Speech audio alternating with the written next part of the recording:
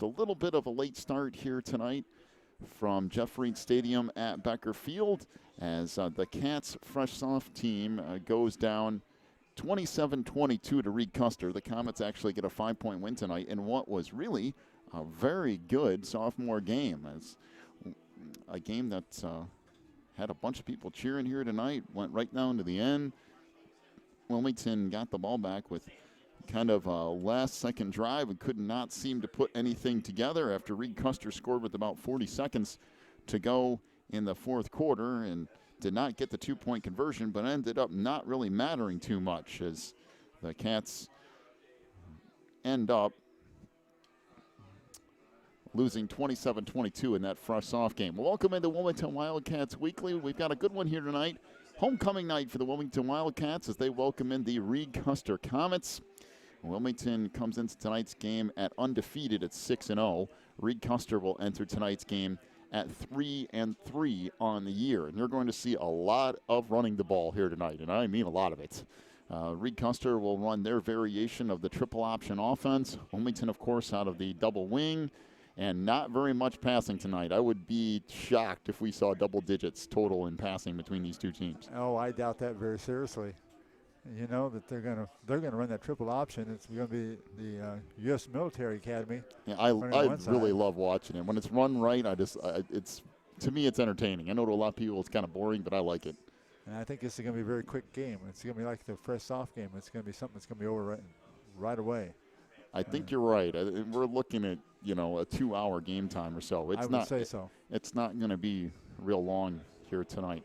Well, we've got jam-packed Wilmington Wildcats Weekly to get to tonight. We'll preview this homecoming game for Wilmington against Reed Custer. We also have the lineup for all of the other I-8 games going on tonight and the games from around the area as well. All of that coming up. We have a lengthy interview with the head coach of the Wildcats, Mr. Jeff Rein. I want to say it's like 7 or 8 minutes tonight. Oh, wow. So we've got a decently timed interview with Coach Rein, and then of course, we'll just get you set for opening kick here tonight as well. You don't really need any extra motivation for these kind of games when Wilmington's playing Reed Custer or Coal City and vice versa for any of those teams. It really doesn't matter. You all know each other. All these kids know each other. They see each other all year long. So it's one of those things where if you're not ready to go for these, you got a problem. And Reed Custer's slowly been ramping up a little bit the last couple of years. Their record doesn't really show it too much. Their varsity team this year, to be quite honest with you, shocked that they lost to Seneca last week. Yeah, I thought that was a for sure win for Reed Custer to get them to 4. Their problem is the rest of their schedule is not friendly at all. I believe they still have Plano and Mantino on that schedule coming up, and it might be Coal City. Good luck. I was trying to think of who is left on that schedule. Now that would be 3 large school opponents. In any case, there's 3 teams there that, not going to be an easy road to get to the playoffs. They would have to win their last 3 games here, and that is not going to happen. But the positive thing for Reed Custer is the fact that program is pointed in the right direction, and those sophomores, that's the class that's going to be the next really good team at Reed Custer should they all stick it out and play together. So it'll be interesting to see how that program continues to build over the next couple of years. I think they have the right things in place there. They've got some of the kids excited about playing the game. The triple option offense is something that you can run, and you don't need a lot of skill position players to do it. You only need 1 or 2 guys that can really run the football and a decent line. Right. You don't need a guy who can throw the football 50 yards. You don't need 6 wide receivers and guys to pass block and all that. All you need to do is be disciplined enough to play that game, and that's why you see Army, Navy, and all those teams use it, because they don't get the skill players that all the big colleges get, and it allows them to compete by using that type of an offense. So, but they have guys with very disciplined minds, and so they can keep to that running game and do it well. Well, I mean, look at Keenan Reynolds at Navy last year, who ended up in the NFL. Again, a look at NFL this year. I don't know if he's actually on a team, might be on a practice roster. I'm not really sure. He could be on a depth chart somewhere, but he had a ton of talent. One of the best players in the country, and every now and then you get those at the service academies. By the way, this year, until last week, I think they were undefeated. Really? All 3 of them. Oh, that's amazing. So, and that never happens. So, I really root for them. And I enjoy Army-Navy, too. That's one of my favorite games of the year, and it's usually fairly competitive, even though Army's been awful for the last 25 years or so. And I like the Falcons from the Air Force. I like to watch And Air Force them. has been the one program that's consistently been pretty strong. So interesting to watch that, but that's kind of where you're going with Reed Custer here. Of course, Air Force doesn't quite run the triple option all the time. Army and Navy do a lot, and you'll see that here tonight with Reed Custer. It's a little bit different variation. They get a real tight I formation set.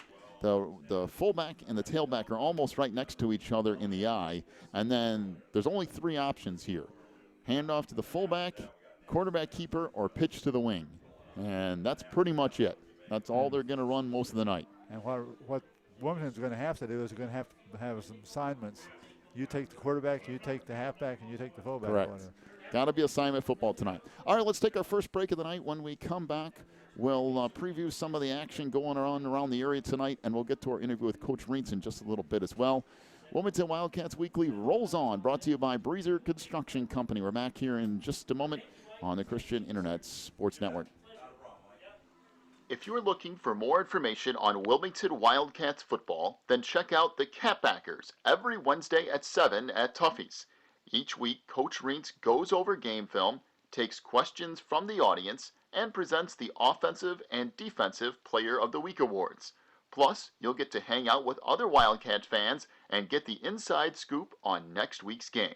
So be sure to check out the Catbackers every Wednesday at 7 at Tuffy's. If you need something done around your house, chances are Beth's Busy Bees can get it done. They specialize in residential and commercial cleaning, but they can also do lawn care, small home remodeling and repair jobs, and even things like caregiving. Beth's Busy Bees is a small family-owned business, and they will treat you right every time. Call 815-685-9111 for Beth's Busy Bees today. Warren's Collision Center is your hometown body shop. Your vehicle will get expert care with their drive-on frame rack and in their Bink spray booth. Warren's offers free estimates, pickup and delivery service, and they will get you set up with a loaner car while yours is in the shop. Warren's Collision Center is located at 242 North Front Street in Braidwood, or online anytime at warrenscollision.com. That's warrenscollision.com. Warren's Collision Center, where they care beyond the repair. Teresa's Family Styling Salon in Wilmington is an all-ages salon that will style your hair for that special look. They offer cuts, perms, and coloring for any fashion. They also carry Paul Mitchell and Brocato products. Teresa's Family Styling Salon is located in the Southgate Plaza in Wilmington, and you can call for an appointment at 815-476-1955. That's 815-476-1955. Racchetti's Cafe and Pizzeria in Coal City is all about relaxing with family and friends while sharing an authentic Italian festival of food. They are the home of the Chicago-style deep dish pizza, but they also have a full menu including pastas, burgers, salads, and more. Check out all of their daily specials too online at racchettis.net. Racchetti's Cafe and Pizzeria is at 375 South Broadway in Coal City, and they are open till midnight or later every night. Stop in for an authentic Italian experience at Racchetti's. Back in Wilmington Wildcats Weekly, brought to you by Breezer Construction Company. We told you we'd get you caught up on what's going on around the area tonight. Of course, Wilmington and Reed Custer here tonight. The Cats at 6-0 and Reed Custer at 3-3. Some of the other action going on around the I-8 tonight. Coal City at 3-3 will be over at Sandwich, who is 1-5. Plano at 4-2 will be at 1-5 Streeter tonight. Lyle at 3-3 will be at 1-5 Westmont. So that's all your kind of garbage games for the week. On some of the good games going on tonight, Herscher at 6-0 will get 4-2 Mantino. Ooh. In fact, Herscher on the road at Mantino tonight, so that could be a good one. And Piatone at 3-3 will be at 4-2 Seneca, and that can be a good one tonight. So a couple of good ones there. Otherwise, anything going on that's not in the I-8 that might be kind of interested in anyway. Elmhurst Immaculate Conception, which is the number 1 team in 3A. Wilmington is number 2. Immaculate Conception at 6-0 will be at 4-2 West Chicago tonight. Bishop Mack at 2-4 will be at 3-3 St. Rita, and that is the one big game left for Bishop Mack. If they can win that, they just might win out and become playoff eligible. And even though St. Rita is at 3-3, they play a really large school schedule. So I think it's uphill at best for Bishop Mack tonight. But, never know.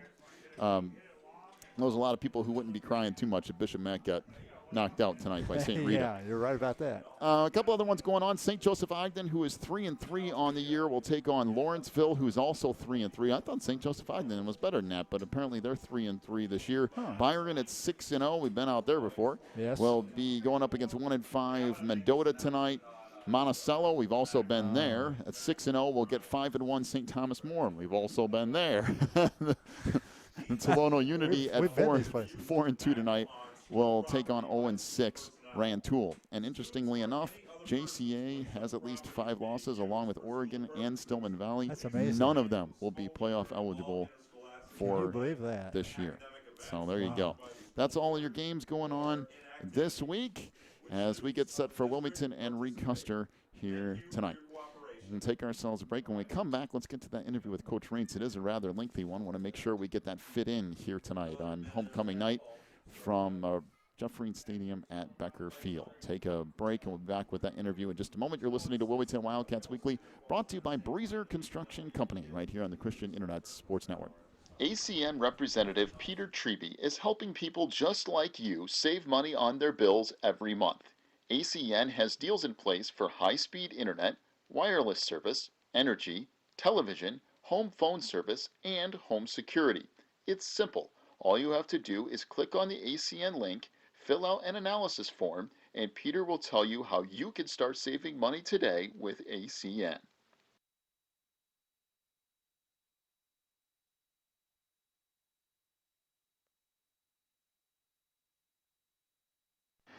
And welcome back in here on Wilmington Wildcats Weekly, brought to you by Breezer Construction Company, joined once again by the head coach of the Wildcats, Mr. Jeff Rein. And Coach, a tough win up at Lyle last week in one of those games, kind of the old school classic I-8 type of games, and Lyle came out with some different looks, and you ended up going on the arm of Jeff Treadman in the second half to kind of open it up a little bit, and sooner or later you got a couple of scores and ended up getting out of there with a win. Yeah, I agree. It was a great game for us, I think. Weren't happy the way we played all together, but a lot of that had to do with Lyle and how they were playing us, and so real happy with how we responded and how we got the win. So we're looking forward to playing a good game next week and going on from there. But hey, give Lyle all the credit in the world. Those kids did a great job. It was one of those trips. Oddly enough, on Friday night, though, it seemed like that was maybe the biggest crowd that I remember seeing at Lyle in quite some time. It seemed like it was at least filling up the one-sided stands, which drives me crazy. But it seemed like a decent crowd. But again, in that cavern, things kind of get lost, and then we had a little bit of rain and wind and all that stuff. And it seems like every time we go up there, it's just an odd atmosphere and weird weather and everything. Yeah, it was. It was their homecoming, and also this is the team they've been waiting on. They've the McGrath kid, he's been playing since the junior. Their one linebacker, Pivic, he's playing since the sophomore. This is their senior year. And they know going into it, hey, we got a shot maybe to knock off Wilmington, maybe to win the conference. And so, they were all fired up, ready to go. And to give them credit, they came out with that effort. They did a great job. We were able to withstand that. We made our adjustments. We didn't make a lot of turnovers, and we were able to win the ballgame. One of the things we've talked about special teams a little bit all year, and then the one time that things kind of fall apart a little bit on the extra point, you can't help but thinking whenever that happens, it's going to come back to bite you, and it almost did, but give the kids credit to come back and then get the 2-point conversion there late. Right, and you're exactly right. We were thinking the same thing. When we missed the extra point, is that going to come back and haunt us? But it didn't. I think a lot of that had to do with their kids and their thought process. They understood the situation they were in. They understood that they had to get the 2-point conversion, and we were able to do that. And so I was real happy from our kids from an attitude standpoint, from an effort standpoint, the second half. And I think in the long run it's going to help us because you got a tight game underneath your belt. You're seeing how your kids react. If you get into another situation, you can lean back on that history and use that at that time. One of the things too, when we were talking about I-8 and how it's been one of those weird years, and brings that to the Braidwood game here. it seemed like Reed Custer had some things going in the right direction, and then all of a sudden that 11-point loss to Seneca, and everybody kind of goes, wait a minute, what Right. just happened? You know, and that's where you got to be careful, especially from a Wilmington standpoint of view. You just can't look at that game and say, "Oh, well, you know, this is an easy game." I think people did that with Lyle when they got beat before, and so we can't do that. We got to figure that Braywood had their backs against the wall. They want to make the playoffs. We got this game. It's a rival game. We got homecoming this week. That can be a distraction. So we really got to focus on the job at hand. And our kids got to realize from last week that what you see on film, they're going to come at you a lot harder than that. And so we have to make sure that we play, assignment football on defense against that option attack. And then, offensively, obviously we want to run the ball, but we can't. We were thinking a little bit too much in that first half against Lyle. Let's get off our marks. Let's play physical, and let's run the ball the way we can. Lyle did a little bit of that last week with kind of the jet sweep type of thing, and working a little bit of kind of that quarterback keeper kind of stuff. But to me, I guess the different thing is Reed Custer, you expect to see a lot of that, whereas at Lyle, some of that stuff was kind of just you said at Catbackers of the night, opening up in 5 wide and all that kind of stuff, something that Lyle has never done. It's time for a good coach, because the coach will take a look at what his strengths are, and he changed up against us, and he used his strengths, no doubt about that. And they didn't want to run the ball in between the tackles. A lot of quarterback draws, a lot of different formations and motions. Happy that our kids always came off. They were trying to figure it out, just like I was. Coaches did a great job of talking with me, getting everything said, and our kids eventually battled hard. I mean, they did well. I mean, we gave up the first touchdown. The second touchdown, was a coverage mistake. But you take that one away, and defensively we were all right. They got some first downs, but we went against some very good athletes there. We maintained pretty well, and so, and then offensively, no doubt about it, we sputtered a little bit, but also to give Lyle credit. But then the thing I liked about it was the 5-yard gains, the 4-yard gains. Come the fourth quarter, those started to become 8, 10, 15-yard gains, and then I think we held the ball possession-wise too, and so I think that's as much as we got after them in practice during the week. Still a lot of positives we can take from it. And then with Reed Custer, anytime you get that option attack, gap integrity, and kind of staying in your lanes and all those good things, and the fun stuff that defensive players want to do. Right. It does, and you got to maintain assignment football, and with the McGrath kid and then the number 3, we had 2 kids we had to watch, and then then they put the McGrath kid at the end again. They put him at wideout. It's the same thing this weekend. We got to play assignment football. You got to know what your assignment is. If you start to do somebody else's job, which we can't, we're going to get in trouble. We're going to be in trouble. All right. So lastly here, before we get to our weekly kind of check on injuries and all that kind of stuff, Catbackers the other night, the ability to get a whole bunch of people in. Matter of fact, I think that's one of the biggest crowds that we've had at Catbackers, and a nice gesture with the handouts that they gave to you guys, and then Bill with kind of the frame thing there a little bit, and a good opportunity for not only you but your coaching staff to get a little bit of deserved credit there, I think. Yeah, and it's been a great football year from people recognizing our accomplishments between getting the stadium named after us and getting our 200th win. Things along those lines, the Coach of the Year last year in the Midwest and all that. It's been unbelievable, and for Catbackers to take some time and to give us an award, and for Bill Francis to give us a nice little plaque with all of our wins on that from certain teams. I tell you, I take my hat off to those guys and really much appreciate not only them, but just appreciate everything that goes on with Wilmington football, with you guys doing the radio, with our guys that help out with our film watch, and with the whole Catbacker organization. What is nice about those times is when you get an award, you do have an opportunity to say thank you. And I think that's the biggest thing we want to do as a staff. And I wanted to point out too that my name gets put in front of all that, but those coaches do a great job and they support me, and I love them to death. And for like I said, the Catbackers there tonight, for us to be 23, 24 years together, that's a long time.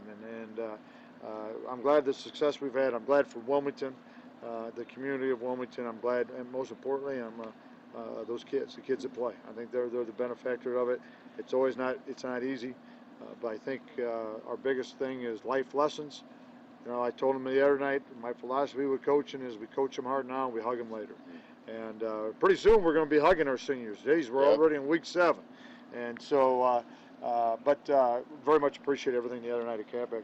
All right, lastly here tonight, Coach, just to check on injuries, kind of see where we're at on that. Yeah, we're doing good. Knock on wood. Devin Hicks hopefully is back for the game. We'll see about that. And then, like I said the other night, Andrew Gramlich is back from his shoulder surgery that he broke his clavicle over the summer. And so we're trying to get him caught up too. But, knock on wood, let's stay away from that injury bug. All right, Coach, good luck tonight. We'll talk to you again in the postgame. All right, John. Appreciate it, buddy. Coach Rein joining us here on Wilmington Wildcats Weekly, brought to you by Breezer Construction Company. We'll take one more timeout. We'll be back with opening kick tonight from Wilmington in just a moment on the Christian Internet Sports Network. Pro Real Estate is a family-owned business established in 1983. Its staff and sales agents work in all areas of real estate sales, from first-time home buyers to experienced investors. Located at 506 South Water Street in Wilmington, clients are welcome to stop by to discuss their real estate needs or visit our website at pro-homes.net. For a private consultation, contact us at 815-476-7916.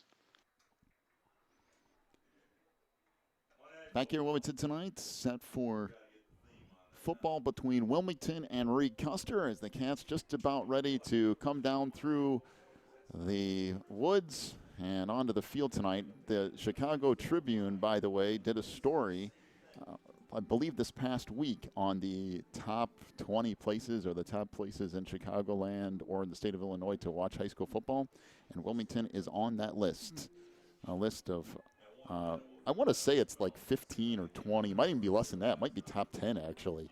If you've ever been to a game here, you know why. But if you go online and search Chicago Tribune and best high school experiences in the state, it'll come up and you'll see Wilmington's name right there. So, and this is one of those premier places to come out on a Friday night and check it out. And there's some other ones on that list, by the way, which I'd like to go see.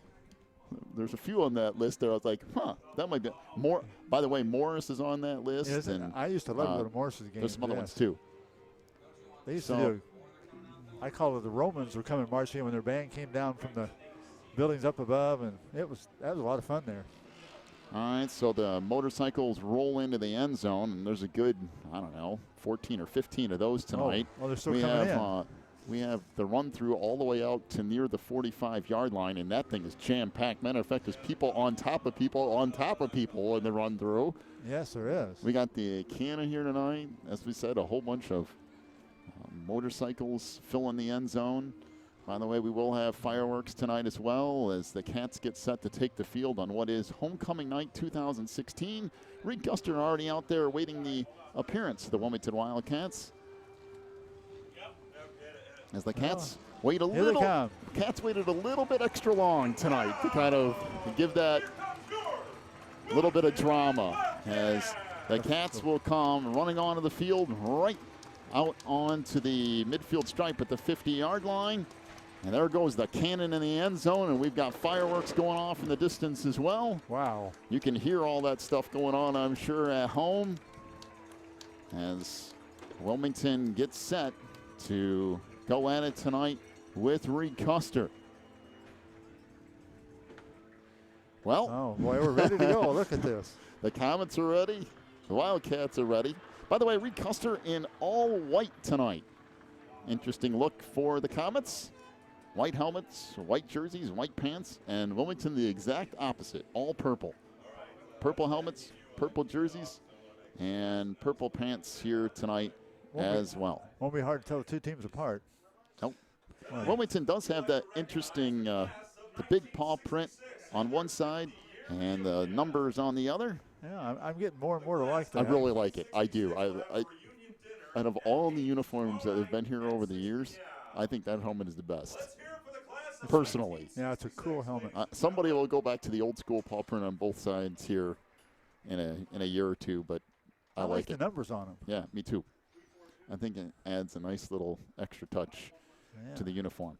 Well, all that said and done, and we're just about ready to get this homecoming game underway here tonight. Reed Custer will tee it up, kicking off left to right from their own 40-yard line as we'll see how Wilmington comes out here tonight. Last week against Lisle, it was iffy would be a kind way of putting it to the first half. Parker Dransfeld, the 6'3", 185-pound senior, has it teed up. He'll get set to kick it off here tonight. Back deep for Wilmington is Dustin Kelly, along with Tyler Holcomb back at the 10-yard line of the Cats. The Wildcats must have lost the toss of the coin because they're receiving.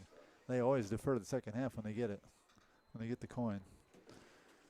So the Comets have it teed up. By the way, the Wilmington sideline absolutely packed. I can't say really the same thing for Reed Custer. The stands are pretty much full, but that's about it. And we have a whistle here early. Gonna have to do it again. Did they not blow it in play? I don't know. Whatever it was, they're going to redo it. Might be a false start. I guess it is, or offsides. I guess they called on Reed Custer. Oh, okay. Yeah, they're going back to 35 to kick off. They'll put it back to the 35. Parker Dransfeld will try this thing again here. Get this game kicked off here tonight. By the way, one of the cooler nights of the year. Temperature dropped in a hurry tonight. This will hit inside the 25. And Tyler Holcomb lost the football. It's still loose inside the 15, back near the 12. It looked like Tyler went to pick it up and slipped and fell to the ground. And as he did, he lost the football. And that's not a good way for Wilmington to start offense here tonight. They'll be 1st and 10, deep in their own territory, back around the 13-yard line. That ball was fumbled 2 or 3 times, what people look like. So this Reed Custer defense up front. You've got Gavin Harrison at 5'10", 235. He'll be joined down there by Connor Harding at 5'10", 190. We'll go kind of across the board here. As Wilmington will go 1st and 10. Double wing. Handoff comes near side and banging out across the 15 to the 20-yard line goes the first carry of the night. Good run on first down for Wilmington. That is Owen Weaver on the carry. He'll pick up 8 yards, bring up 2nd down and 2 for Wilmington. Boy, he just ran right through him. Just carried him right with him. By the way, some more of those defensive linemen for Reed Custer. Eddie Wilkins at 6'3", 240 pounds, the senior anchoring the middle of that defensive line for the Comets. So plenty of size up front defensively for Reed Custer. Matter of fact, 6 down linemen here as Wilmington now has a false start. And boy, kind of sputtering out of the gate here. It's Kelly and Weaver at wingbacks. Pareto in there at fullback tonight, and Jeff Treadman once again starting at quarterback for Wilmington. And boy, it's been kind of a shaky start. Not the way you want to start a game, that's for sure. So again, Reed Custer with 6 down linemen here, trying to stack everything up against Wilmington. 2nd down and 7 now for the Cats. Pitch comes back, and I think it's Pareto who actually ended up with it, and will shove out near the 18-yard line or so. Not a whole lot there. Picks up 2, maybe 3, or is it Dustin Kelly? I think it did go to Dustin Kelly. I messed that thing all up. So Dustin Kelly picks up 2 yards. It'll bring up 3rd and 5 for Wilmington. The ball sitting inside the 20, down near the 18-yard line or so, and the Cats hurting themselves with an early penalty here. Yeah, and Reed Custer is just really daring to run the ball. They're putting 6 guys in the line of scrimmage. Now they back off, and they put 5 down there, and Wilmington has 3rd and 5 from the 18. Pitch comes near side. Weaver trying to get the corner. 20, 25, out near the 30, and finally gets all the way out to the 36-yard line before he's bumped out of bounds by Sam Lepper. And a gain of 18 for Owen Weaver. Make that 19 and a first down for Wilmington out to the 37. What really impressed you about it? Did you see a nice balance he had running there? And patience, too. Yeah, he has his blocker out there. He went like he was going inside and allowed his blocker to hit, and then he went around the blocker to the outside. You're right, very nice patience. Also up front for Reed Custer, 6'1", 240-pound junior Logan Zacharias. I mean, that defensive line is loaded with size. That's not an issue for Reed Custer tonight. And again, showing 6 down linemen for the Comets. Back to the double wing for the Cats, 1st and 10 from their own 37-yard line. In motion is Kelly. Hand off to Dustin. Bunts back up the middle across the 40 to the 43-yard line as Dustin gets 6, maybe 7 on first down. Bring up 2nd down and 3 for the Cats here. Ball out to the 43-yard line. Good running by Dustin that time. He ran it out to the right, and then he turned it upfield. Guy met him there, and he took him about 3 to 5 yards with him. Well, your problem for Reed Custer, if you put 6 down linemen, and we saw it a little bit at Lyle last week, but if you put 6 down there, if you get past that, you're in trouble. You're in big trouble. So again, everything boxed in here. 2nd down and a long 3 for the Cats. Pitch back to Weaver, breaks it free. Inside the 30 to the 20. Weaver is just going to cruise into the end zone. That's what you're talking about. 57-yard touchdown run for Owen Weaver. And the Cats lead at 6-0 with 8:53 to go in the opening quarter.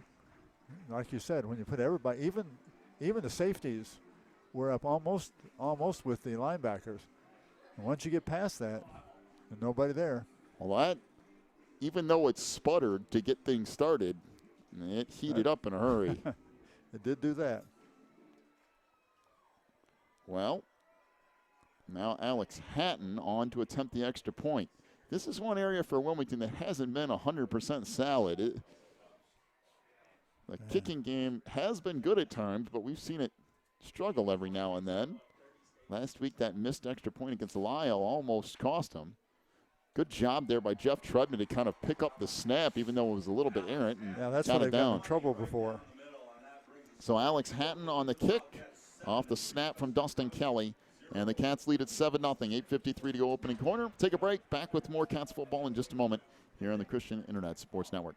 When you need the very best representation on your side, the attorneys and staff at Odekirk, Allred & Associates are here to help. With extensive professional experience in cases involving criminal defense, divorce, custody, personal injury, residential real estate, and driver's license reinstatement, Odekirk, Allred & Associates and its diverse team is prepared to commit personalized attention and aggressive representation to achieve positive outcomes for your most stressful legal issues. Odekirk, Allred & Associates has a team of highly skilled attorneys from the area, including Wilmington locals. Odekirk, Allred & Associates takes pride in its communication skills and unmatched reputation for success. Contact Odekirk, Allred & Associates at 815-740-1700 for your free consultation today. 7-0 is the lead for Wilmington. 8:53 to go in our opening quarter here tonight. Homecoming 2016 for the Wildcats. Reed Custer is set to return it left to right as Alex Hatton will kick it off from the 40 right to left here tonight. That's what you wanted to see from Wilmington. Come out and get on the board early. This kick taken down at the 10-yard line across the 20. Out to the 30, and that's where it will be held up for the Comets, as on the return was Russell Page, a 6'4", 180-pound junior. So our first look tonight at this Reed Custer offense, Wilmington got the ball and went right down the field and scored, despite a penalty and almost a turnover on the opening kick. Oh, I got a post in the way over here. I'm kind of anxious to see how they run the triple option. So the Comets 1st and 10 from the 29-yard line.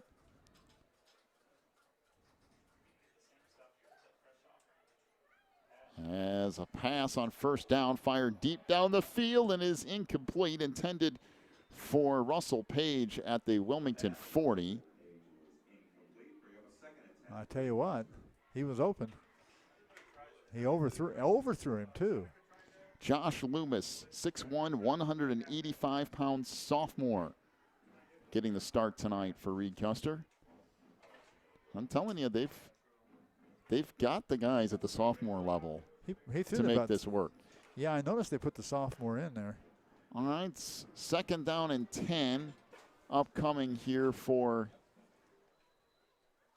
Reed Custer from their own 29. There's the fake to the fullback and nothing there on that triple option run by Josh Loomis. Might have gotten back to the line of scrimmage, and that's about it. Wilmington doing a nice job of sticking with their assignments there. That's going to be the case right there. We'll have to watch tonight, see if they stick with their assignments. Well, this is the situation that Reed Custer doesn't want to be in a lot tonight. 3rd down and 10 from their own 29. This is not an offense that picks up big chunks of yardage at a time. They want to stay 3 and 4 yards at a time, and now they're facing 3rd and 10. Trips receivers to the far side. Loomis going to keep it, and looked like he might have went down, but he didn't call him down, and he went out to the 35-yard line before he's finally dropped there.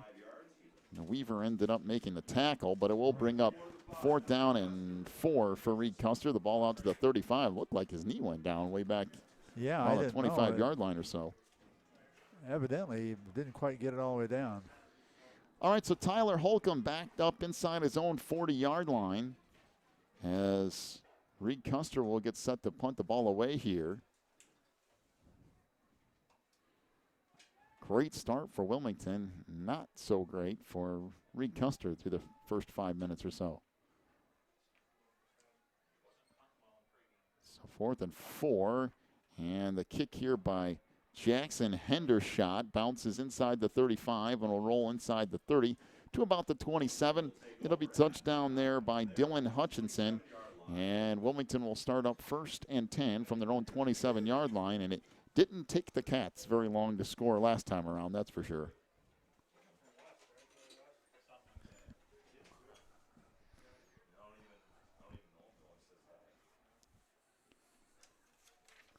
So Wilmington will have it 1st and 10 from the 27 of the Cats. Again, Treadman will head back out there, and we'll see if the Wilmington offense can keep it rolling. And didn't look like Reed Custer had a whole lot to stop the running game, at least.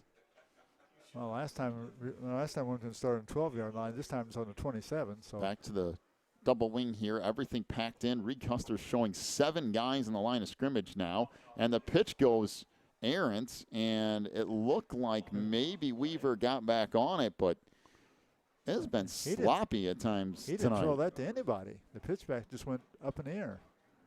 So that is a good 4 or 5 yard loss. And Wilmington will face 2nd and long. I'll credit that 4-yard loss to Jeff Treadman. I don't know where he was tossing that ball. I don't know either. I mean, Owen didn't really have a chance to catch it, it didn't look like. No, it wasn't anywhere where he could reach it. I evidently one or the other of them had the thought to play wrong in their mind. And he pitched it back and he wasn't there. 2nd down and 14 for Wilmington now. Pitch comes near side. Weaver, they came right back to the same play. Weaver stiff arms the defender to the ground, and he's up the sideline, inside the 50, down to the 40, all the way to the 35-yard line. A gain of about 43 yards on that run for Owen Weaver. They went right back to the play they were going to run on 1st down, and Owen came to the near side and put a stiff arm, I believe, in Vinny Versalati that just let him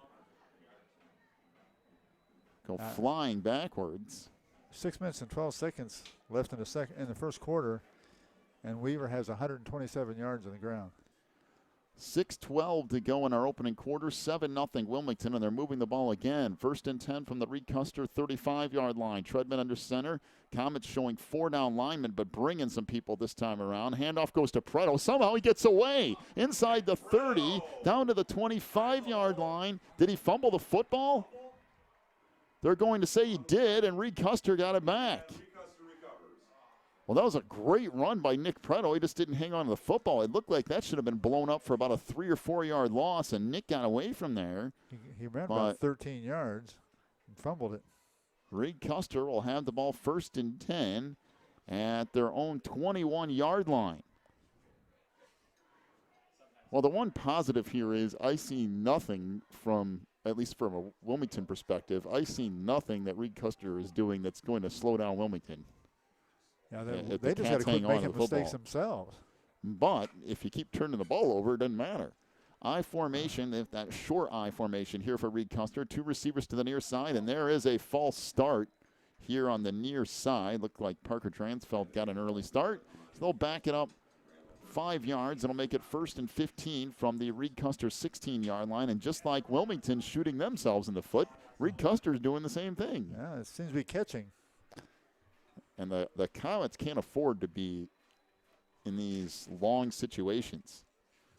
If they want to have a shot at this game tonight, they've got to keep the ball moving. They need 3 or 4 yards at a time. And so Reed Custer will go 1st and 15. As McWilliams is pointing at another guy saying he false started, but no call. There is a deep throw down the near sideline. It is caught at the 40 to the 30, and it's going to go for a touchdown. Tyler Holcomb got beat on the near side. Pass caught by Russell Page. An 84-yard touchdown pass. Well, now there's anything about Reed Custer that makes you think. Josh Loomis absolutely aired that thing out, threw it about 45 yards in the air or so, and hit Russell Page dead on the run. And I tell you what, the first time they had the ball, he was open like that. He just overthrew him by about 3 yards. This time it was right on. Well, they keep throwing like that, they won't have to run the triple option offense very long. Well, there's no kicker for Reed Custer. Or there's no anything. They're going to have to use a timeout. I don't know what happened there. So Reed Custer has to use a timeout. They don't have the right personnel on the field. And it's a 7-6 lead for Wilmington here, pending the extra point. 5:52 to go on the opening quarter. That was a beautiful pass. I mean, that thing was on the money. That was beautiful. If they'd done that the first time they had the ball, they'd had 2 touchdowns by now. Well, you're right. That gives you something to think about if you're Wilmington defensively, because I guarantee you, Reed Custer hasn't been airing the ball out a lot this year. I think that's why you're seeing the sophomore up here tonight. He has the arm. Well, you can see that. Boy, can he whiffle that ball. He can just wing the football. Wow. So, extra point upcoming here. We didn't have a holder is what we didn't have. As Josh Loomis, no, Loomis was out there. It was Parker Dransfeld that was. Oh, it's 2. Yeah, 2 the is kicker wasn't out there. There's a snap and the hold. The kick from Dransfeld is good, and we're tied at 7. Wow, what an answer from Reed Custer. They force a fumble, and they go straight to the end zone. Tied at 7, 5:52 to go opening quarter. Take a break, come back with more Cats football in just a moment on the Christian Internet Sports Network. Breezer Construction Company is a proud supporter of Wilmington Wildcats football on the Christian Internet Sports Network. For over 30 years, Breezer Construction Company has led the way in providing quality construction to the industrial, utility, and pipeline industries. For more information on Breezer Construction Company, go to breezerconstruction.com. That's breezerconstruction.com or call 815-521-0900. Quigley Technology Services is your local source for computer help. They have built numerous websites, including ours, here at the Christian Internet Sports Network. Quigley Technology Services also specializes in virus removal, so your computer will get back to full speed now. And you can trust them for first-class computer repair, including free local pickup and delivery, plus on-site service, including after hours. Contact Quigley Technology Services at 815-293-7844 or stop by at quigtech.com. That's QUIG-tech.com. Well, we're all tied up at 7.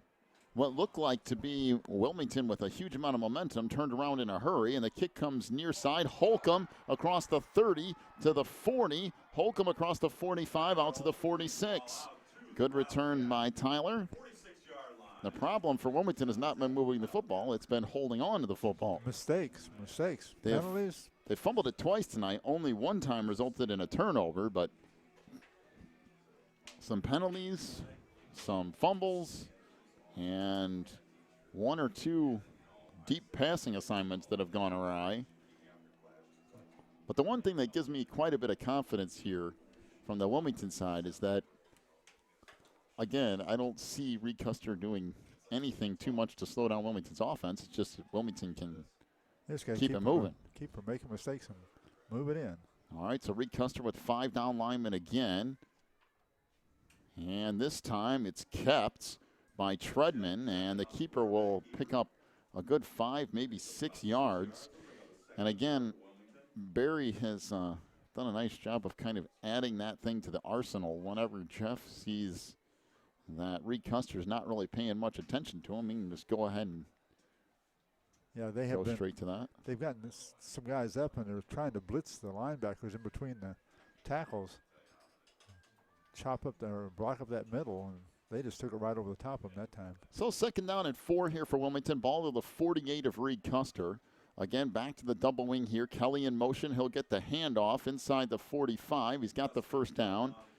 Down to the Reed Custer 42-yard line. A gain of 9 yards on the run by Dustin Kelly. And Wilmington gets another first down. Again, it's been gigantic chunks of yardage for the Cats. Yeah, they have no problem moving the ball on them at all so far. But they got to keep out from the mistakes. Like you say, 2 fumbles and then the penalty on the initial drive. Not the way Wilmington wants to play. 1st and 10 for the Cats at the 42 of Reed Custer. Again, back to the double wing. Kelly and Weaver at wingbacks. And it looks like Josh Jones in there at fullback. Pitch goes back to Kelly, still churning ahead. Inside to the 36-yard line of Reed Custer. That will be a gain of 6, close to 7 on first down.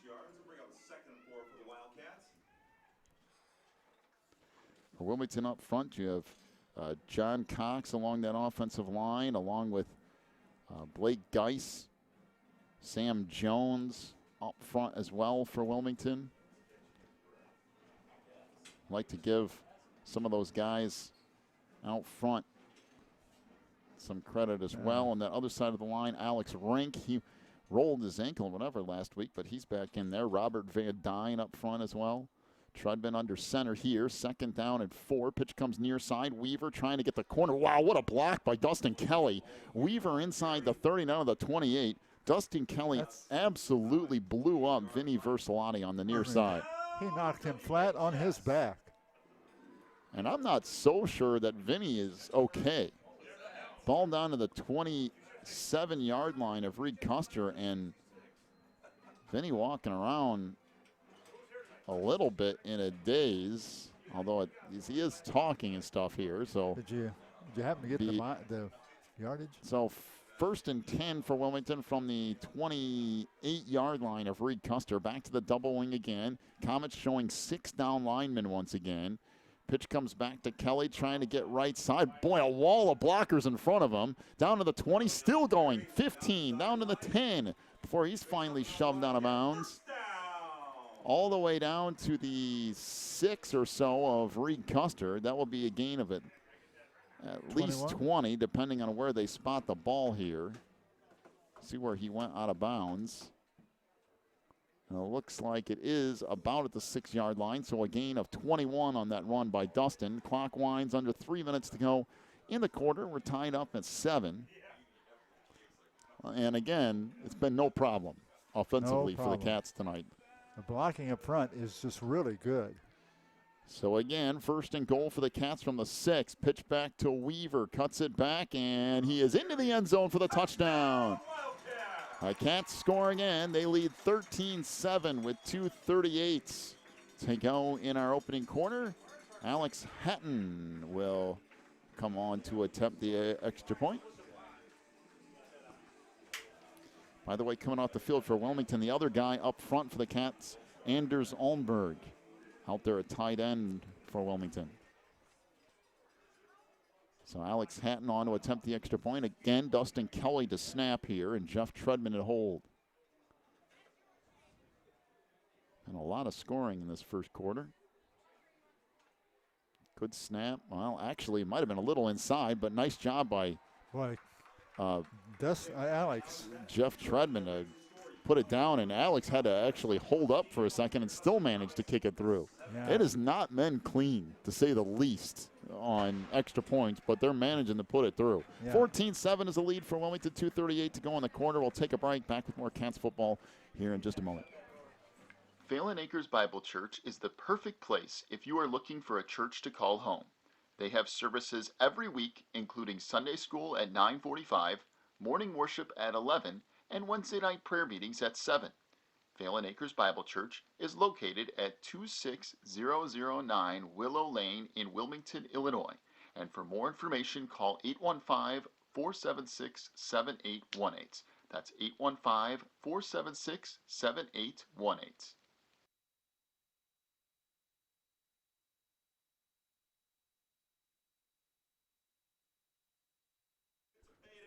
So the Cats will tee it up at the 40. Alex Hatton will get set to kick it off right to left.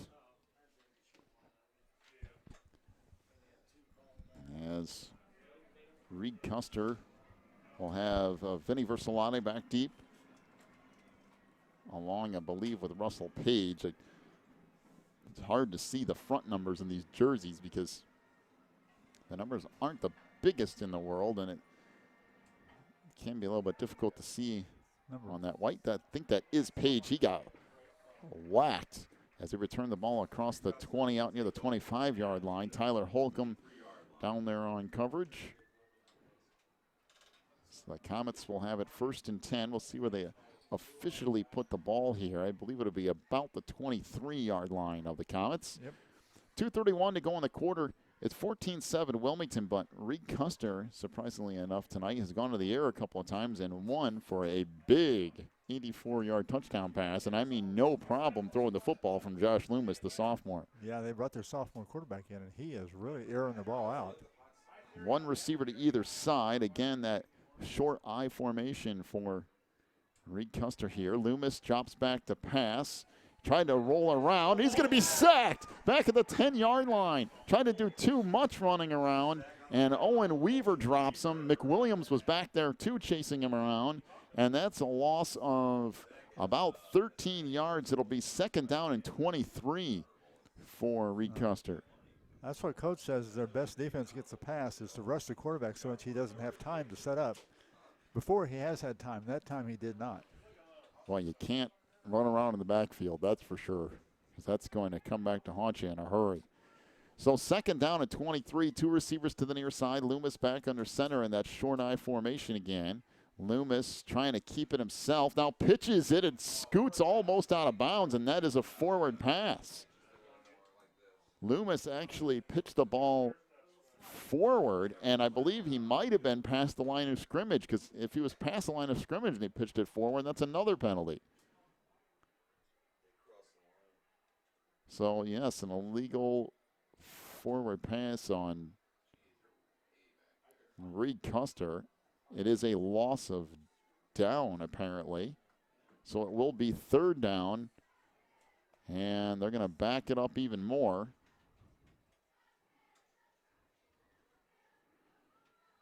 So it looks to be about 3rd down and 26? Yes, 26. So again, that short I formation, Loomis under center, 2 receivers to the far side, and we have a whistle on the play and a timeout to Reed Custer.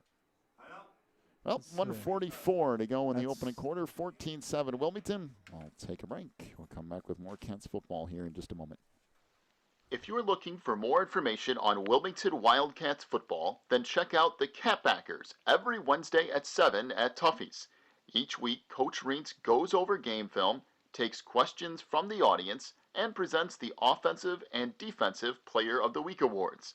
Plus, you'll get to hang out with other Wildcat fans and get the inside scoop on next week's game. So be sure to check out the Catbackers every Wednesday at 7 at Tuffy's. If you need something done around your house, chances are Beth's Busy Bees can get it done. They specialize in residential and commercial cleaning, but they can also do lawn care, small home remodeling and repair jobs, and even things like caregiving. Beth's Busy Bees is a small family-owned business, and they will treat you right every time. Call 815-685-9111 for Beth's Busy Bees today. Again, 2 receivers to the far side and a short I formation here for Reed Custer. Under center is Loomis on 3rd and 26. He's going to be sacked back in the end zone by Owen Weaver, and it's a safety. Loomis taking way too long to get the pass off, and Owen Weaver just blew that up.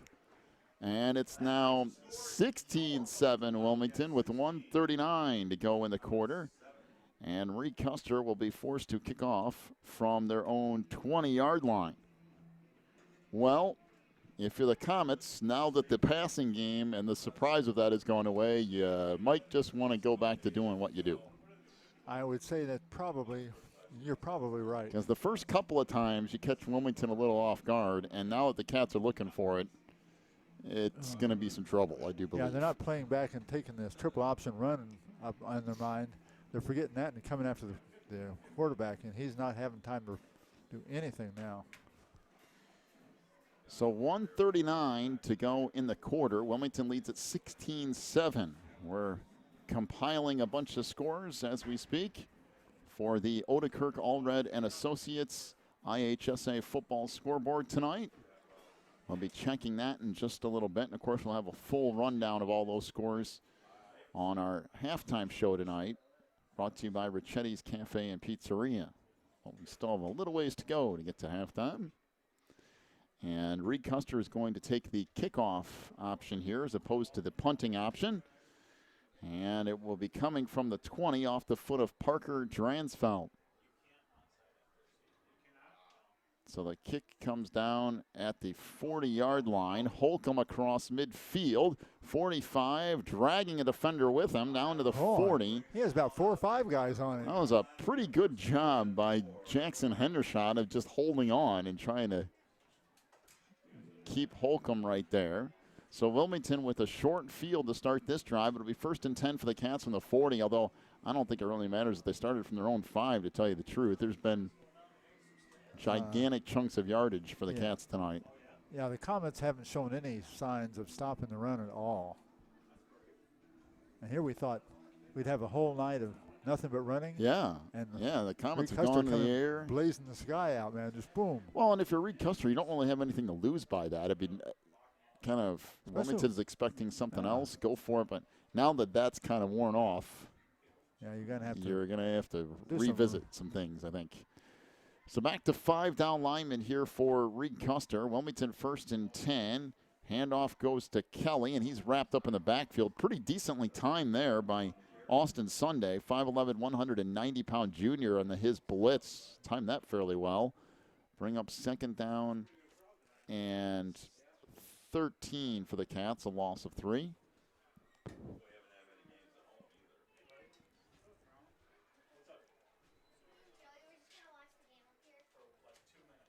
So down to a minute to go in the first quarter here as the Cats face a 2nd and 13. Wilmington starting to use a little bit of that play clock here. They're going to have to hurry up just a touch, down to 6 seconds on the play clock, and the Cats back up to the line of scrimmage here.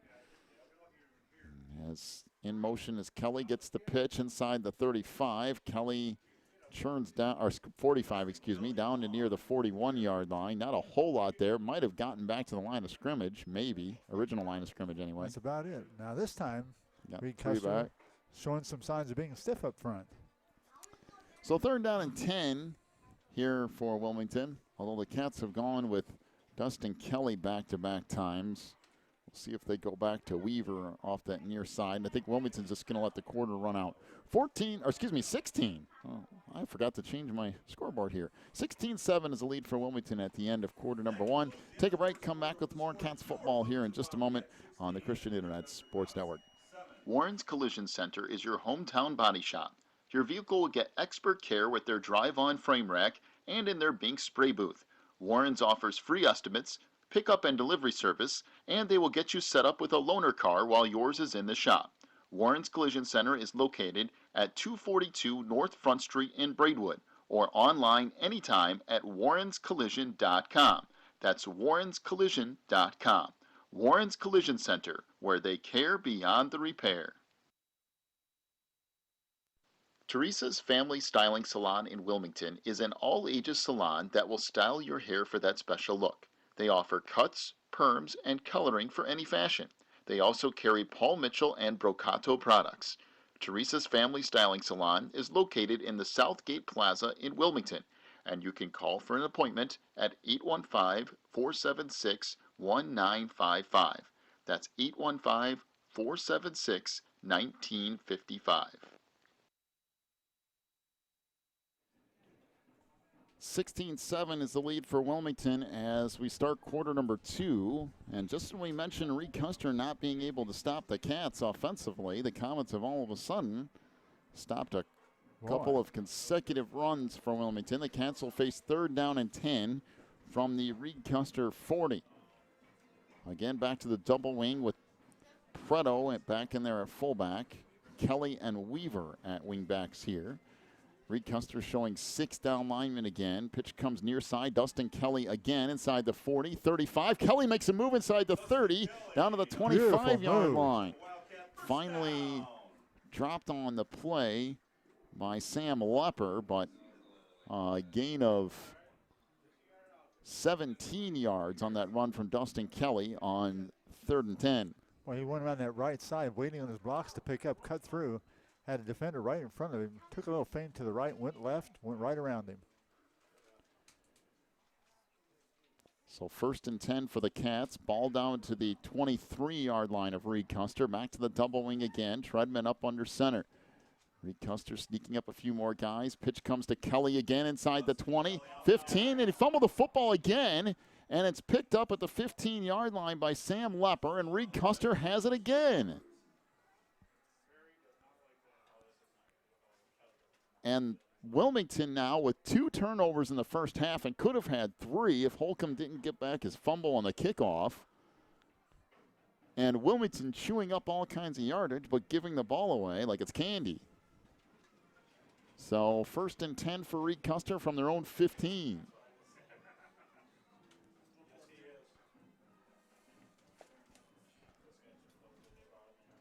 So 2 receivers to the far side. Again, back under center is Josh Loomis. Handoff goes to the tailback, and that's going nowhere. Wilmington has about 5 guys waiting for that play.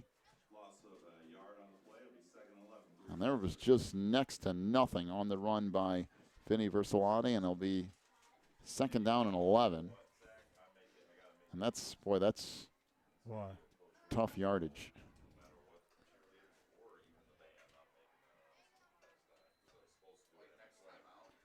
Lombardi is back where Holcomb was. Lombardi's now taking that receiver over there. Yeah, I noticed that too on this particular drive. 2 receivers to the far side. Up under center is Loomis trying to keep it, pitches it to the outside, and it's a fumble on the play. Still loose. Wilmington might have gotten it back. And they did. So the pitch goes wide, and Wilmington forces a turnover of their own. My goodness, what in the world is going on? He just got ready to pitch the ball out, and just as he got ready to pitch it, they hit him. I think Kyle Harold was the one who actually came up with it. Yeah, he was just getting ready to toss the ball, but the pressure came in so fast, he didn't have time to get rid of it, and as he was passing, he got hit. And to say Barry Southall's not pleased with the fumble might be a slight understatement. As Dustin's over here on the sideline, and the Cats will have 1st and goal from about the 5-yard line or so. Weaver still back in there at wingback, and the pitch comes right side inside the 5-yard line down to the 4. That is William Van Dyne, I believe, on the carry. So pick up a couple of yards there, bring up 2nd and goal from the 4. Van Dyne will come out. Dustin Kelly back in here for Wilmington. Now, what happened to Kelly? And he fumbled the ball last time. He was behind the defensive man. When he was running, he poked the ball out from his arm from behind. Well, there's been a bunch of fumbles in this first half on both sides. So 2nd down and goal from the 4. Handoff to Weaver, and he'll bang back to the inside and scores a touchdown. Owen Weaver on the 4-yard touchdown run. And the Cats go up 22-7 with 9:56 to go in the opening half. Well, there's been 2 Wilmington turnovers. There's been a turnover by Reed Custer, and there's been at least 2 fumbles other than that didn't result in turnovers. That's been, if he can hang on to the football, he might have a chance.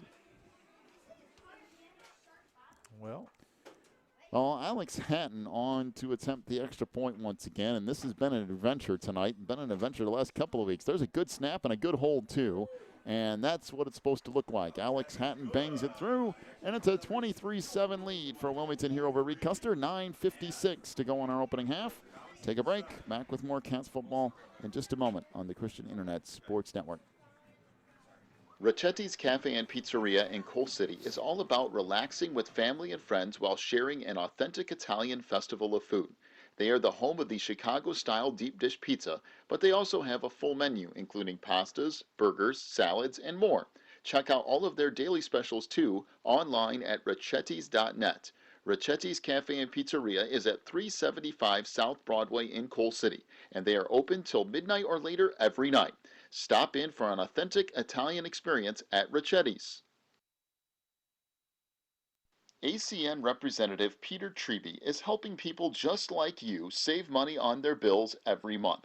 ACN has deals in place for high-speed internet, wireless service, energy, television, home phone service, and home security.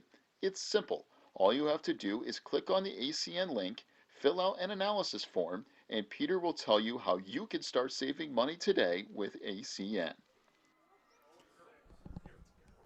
23-7 is the lead for Wilmington. Alex Hatton with the ball teed up at the 40, kicking it off left to right. Kick here is relatively short.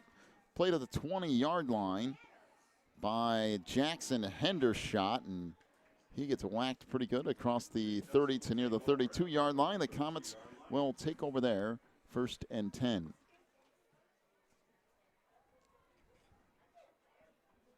Once again, be sure to stick around for our halftime show brought to you by Racchetti's Cafe and Pizzeria. We'll go through your first half stat totals in this one tonight. We'll get you set for the second half as well, and we'll check the IHSA football scoreboard brought to you by Odekirk, Allred, and Associates. All that coming up at the half tonight. 1st and 10 for Reed Custer from their 32, actually almost the 33-yard line. And the handoff went right side and then ends up getting wrapped up by, actually didn't hand in it the off. backfield, Josh Loomis will end up with a loss of a yard or two, and we'll have ourselves a little bit of a delay here. So it'll be 2nd down and 11 for Reed Custer from their own 29-yard line. And that's Dumb. a pretty good way of getting yourself Arrested. in some big trouble shortly. So 2nd down, actually they're going to back this thing up a little bit. It'll be 2nd down and 14 for Reed Custer. Ooh. Ball back at the 29-yard line. So 2 receivers to the far side. Back to the short I formation here for Reed Custer. And Loomis tried to keep it, and he gets dropped back at the 26-yard line. Yeah, the tackler got the ball around both of his arms. He couldn't throw it. He would probably like to pitch it back. I believe that's Kyle Harold tackling them before he even get rid of the football. And now it's 3rd down and 16 for the Comets. Back at their own 27-yard line. Well, for Reed Custer, other than that one bomb that they threw, it's gone backwards. Yeah, it's getting really tough when Reed Custer to move the ball at all. I guess the coaches have told the Wildcats to get through there. Boy, they are. So 1 receiver on either side. Again, 3rd down and 16 for Reed Custer. Back to the short I again. Loomis back under center here. Takes the snap and hands it off to the fullback for a gain of maybe 3, and that's going to be about it. On the run was Jackson Hendershot. He'll pick up just about 3, maybe 4. We'll give him, we could be generous and give him 4, I guess. All right, we'll do that. Holcomb will be back deep for Wilmington here, and Reed Custer is going to be forced to punt it away again as Jackson Hendershot to punt. Under 8 minutes to go on the half, and Wilmington leads it 23-7. And it could have been a little bit worse if not for some of the fumbles. And the kick here, a line drive, bounces inside the 40. Holcomb going to pick it up at the 33, and he gets knocked to the ground across the 40 at the 42-yard line. So Wilmington will take over there 1st and 10. Sure to join us again next week. Cats will be on the road up at Sandwich. Last road game of the year, at least regular season-wise. Wilmington will be up there to take on the Indians. And then we'll close out the regular season week 9 back here against the Coal City Coalers. Back to our regular rivalry game between Wilmington and Coal City. Yeah, that's always a lot of fun. And Coal City not nearly as good this year, but it doesn't matter. Now that doesn't matter. It's they're not bad, to say the least. They're just not as strong as they have been in the past. For them, it's a mediocre type of year. They're not as strong as usual, but they still are plenty dangerous. So 1st and 10 for the Cats from their own 41-yard line. Back to the double wing again.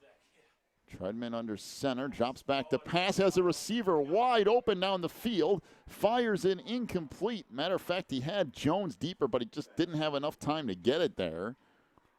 As the pass came on the near side to the underneath receiver, Jones was deep at the 30, 35-yard line or so. Yeah, good job by Treadman and just get rid of it, though. Well, that was the first pass of the night for Wilmington. And it's a little bit higher. It could have been completed. Just pretty off good, the fingertips. Pretty good coverage by Reed Custer on Jeff and also on the short receiver, although Sam was there was two over wide there open. There was two over there. 2nd and 10 for the Cats from their own 41-yard line. Back to the double wing again. And I believe this is Kelly across the 45 out to the 48-yard line. A gain of close to 7 yards on 2nd down for Dustin. Will bring up 3rd down and 3 yards to go for the Cats. Kelly's amassing a pretty good amount of yards himself. He did have the one fumble that tarnished his first half. Well, Nick Preto fumbled it once. Dustin Kelly fumbled it once. Tyler Holcomb fumbled the opening kickoff of the game, but managed to get it back. 3rd down and 3 for Wilmington here from their own 48-yard line. Again, back to the double wing. Reed Custer stacking everything in. 6 down lineman again. Pitch comes near side. Kelly. Oh, that's a nice job from the backside by Austin Sunday to kind of sweep the leg out from underneath Kelly. And it'll bring up 4th down and just about 2 for Wilmington. And I see no problem with going for this. Reed Custer has shown next to nothing offensively other than one pass play. I guess that's what they're going to do. They're coming out. Or at least try to draw them off here, one or the other. Yeah. So 4th down and 2 here for Wilmington from their own 49-yard line. Back to the double wing again. And they're going to go with Weaver left side. And I don't think he's going to get there.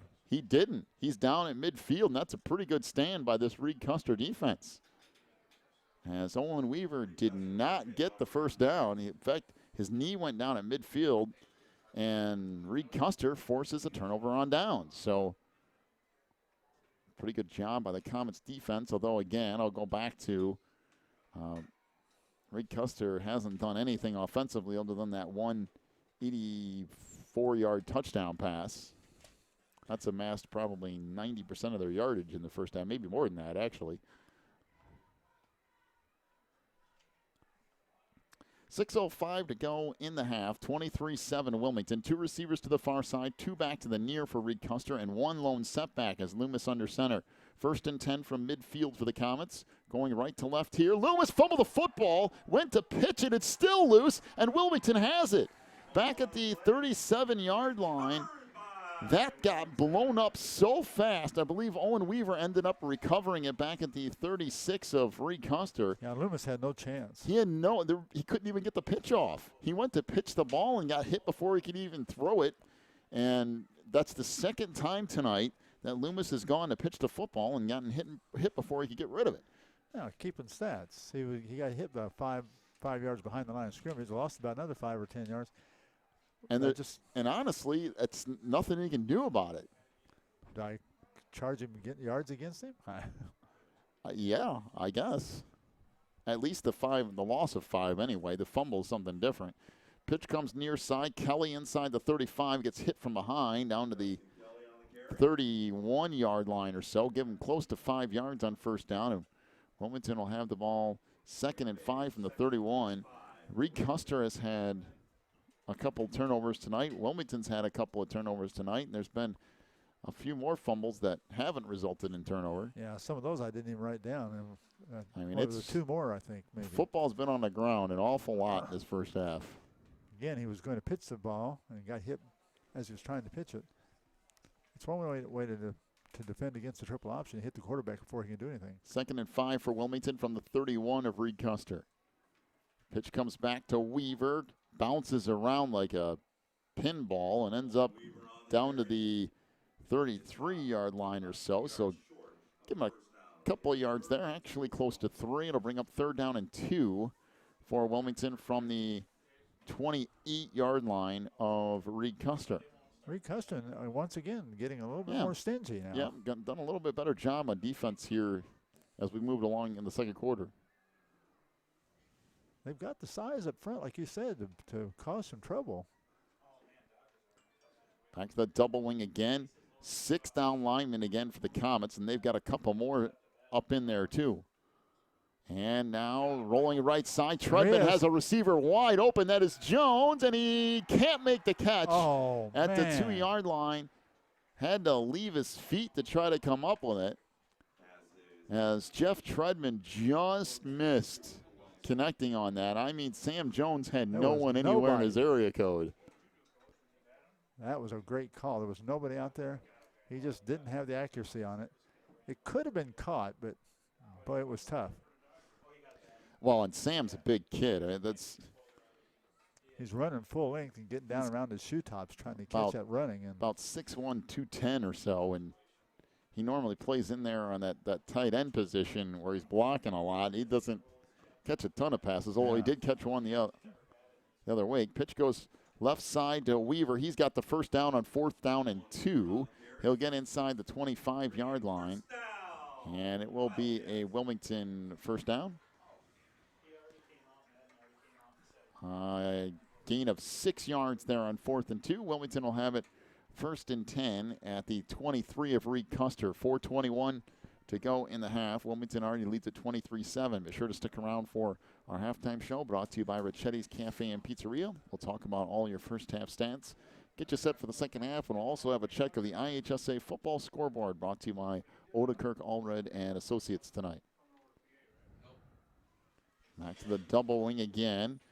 That is Jones in there at fullback. Pitch comes near side. Kelly inside the 20, down to the 18-yard line.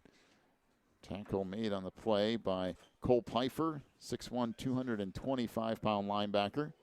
Reed Custer's got plenty of size. That hasn't been the issue tonight for sure. No, not at all. They've got plenty of size. So the Cats using as much time as they can here. Run down that clock a little bit.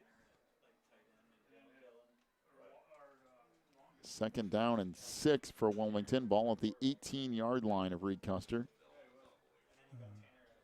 Back to the double wing again. Trudman under center. Jones in there at fullback again. And the pitch comes to Kelly near side inside the 20. Gets hit a couple of times inside the 15. Somehow stayed on his feet. I don't know how that happened. And gets down near the first down marker at the 13. I mean, Dustin has taken a pounding tonight. Was that Dustin or Weaver? No, that's Dustin Kelly. Dustin Kelly? Bring up 3rd down and a yard. Yeah, some tough running, man. I tell you that. He had several comments in there, and he just kept on churning up till he got himself down to near the first down marker. 1 yard to go. 2:54, and the clock was running. 3rd down and a yard from just inside the 14-yard line. Again, back to the double wing. Trudman going to keep it himself. Boy, that's a tough yard as he turns ahead.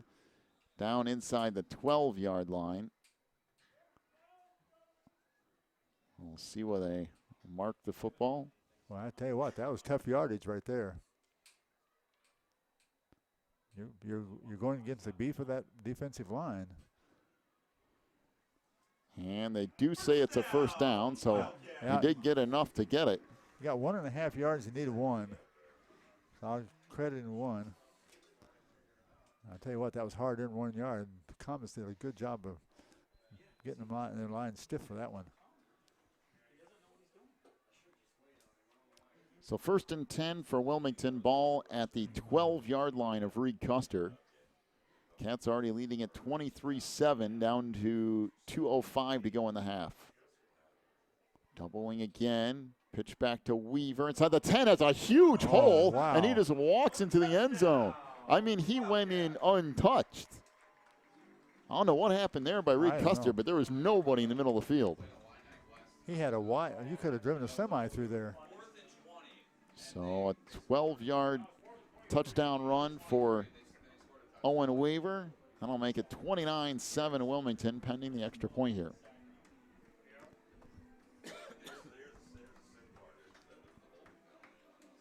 So Alex Hatton on to attempt the extra point. Again, Kelly with the snap, Treadman with the hold here. 1:57 to go in the half. Good snap, good hold, and the kick is good by Alex Hatton.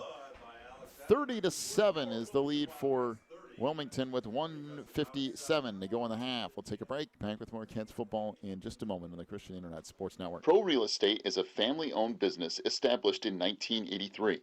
Its staff and sales agents work in all areas of real estate sales, from first-time home buyers to experienced investors. Located at 506 South Water Street in Wilmington, clients are welcome to stop by to discuss their real estate needs or visit our website at pro-homes.net. For a private consultation, contact us at 815-476-7916.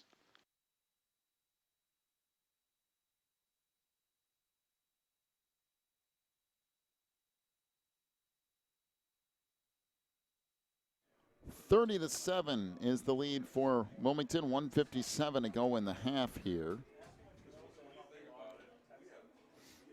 As again, Alex Hatton has it teed up at the 40-yard line, kicking off left to right. And Reed Custer does not have a high-powered, high-scoring offense. So the Comets in a boatload of trouble.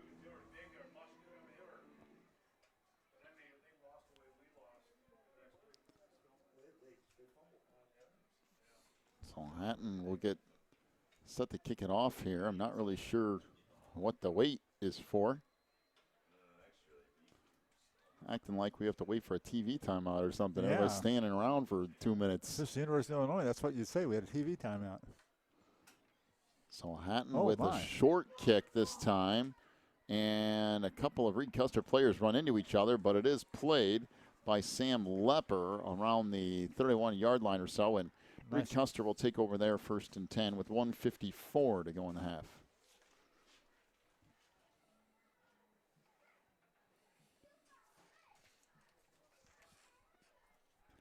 Let's see.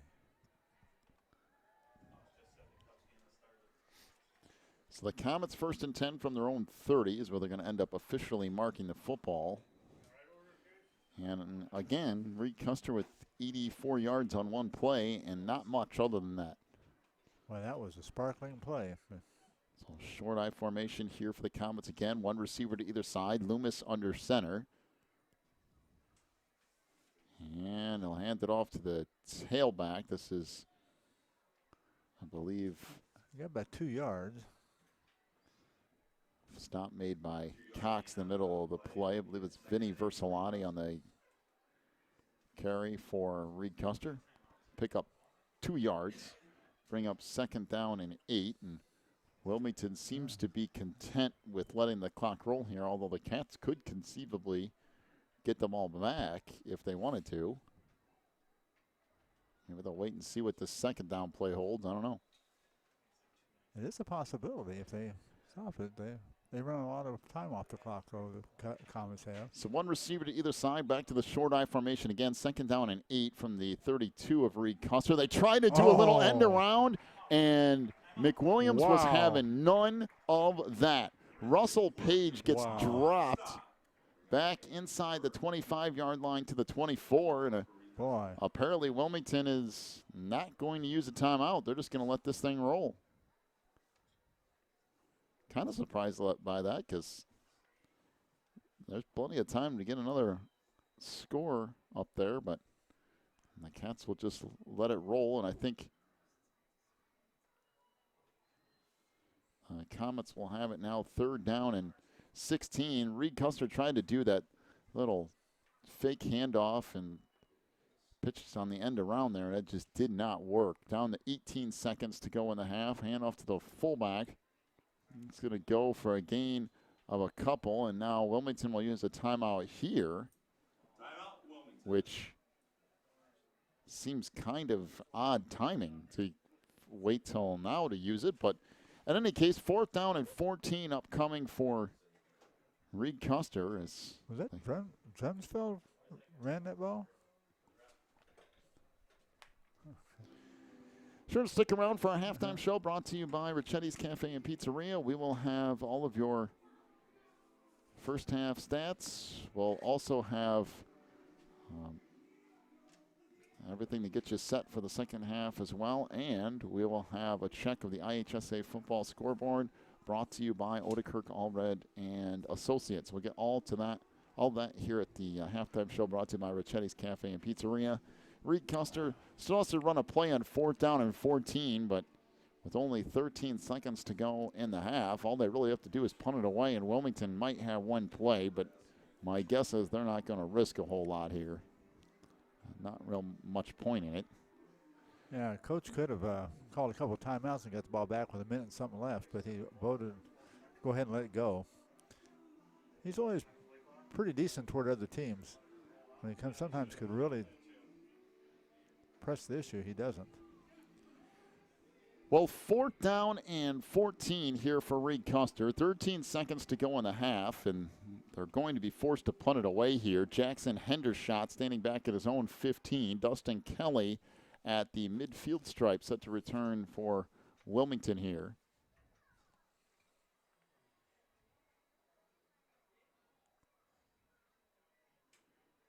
And they're going to try to run a play on 4th down.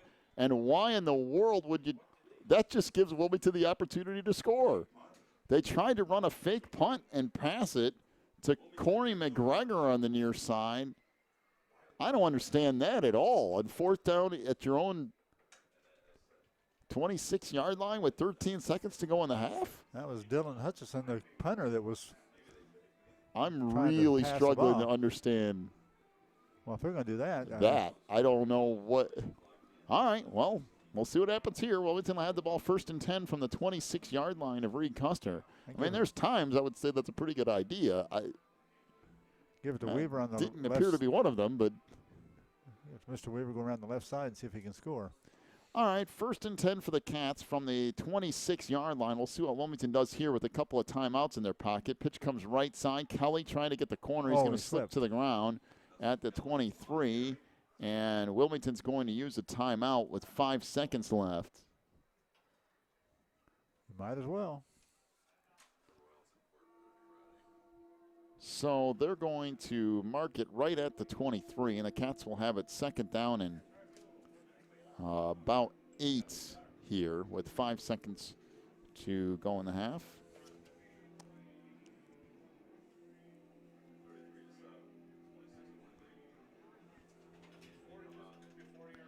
By the way, that Odekirk Allred and Associates scoreboard, it's a busy scoreboard tonight. Oh, my.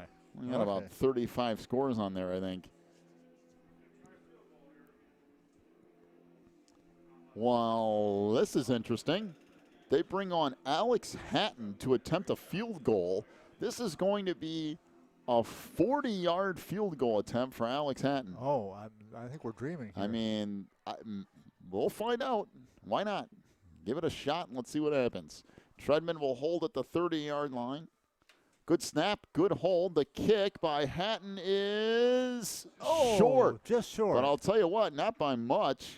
They get that ball about 5 yards closer. He's got a pretty good He was just about 5 yards short. You're right. It was right in front of the goalpost. So it's pushing it a tad for a 40-yard field goal attempt. So 0.1 seconds left.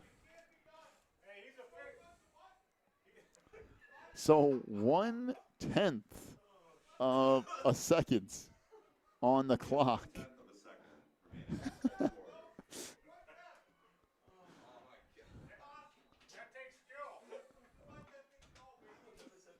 So Reed Custer will just take a knee here, and that'll do it. 30-7 is the lead for Wilmington here at the half. We'll take a break, come back in just a moment with your halftime show brought to you by Ricchetti's Cafe and Pizzeria. Well, they're open until midnight or later every night over there on Broadway in Coal City. We'll check your first half stats.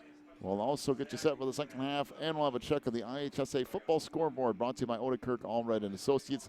All that coming your way here on the halftime show. We'll take a break, be back with that in just a moment here on the Christian Internet Sports Network.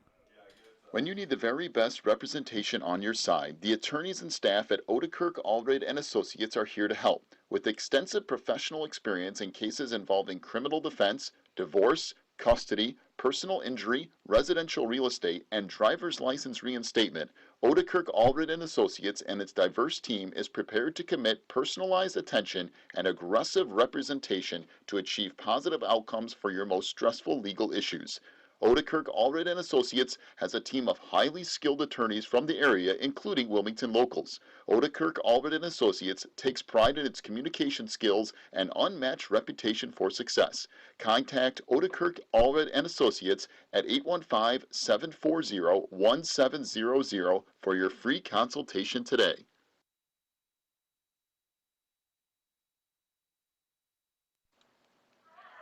Hey, Billy, where do you think you're going with that beer? What's the big deal? He is at home.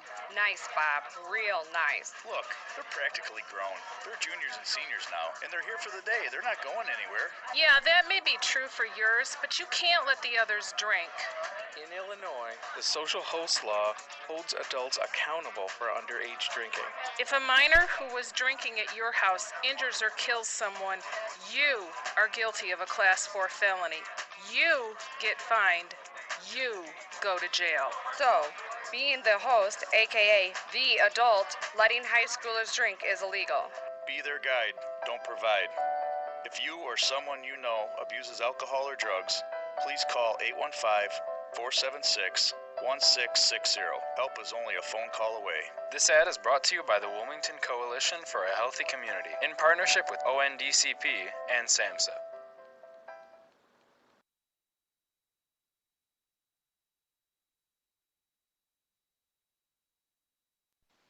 Breezer Construction Company is a proud supporter of Wilmington Wildcats football on the Christian Internet Sports Network. For over 30 years, Breezer Construction Company has led the way in providing quality construction to the industrial, utility, and pipeline industries. For more information on Breezer Construction Company, go to breezerconstruction.com. That's breezerconstruction.com, or call 815-521-0900.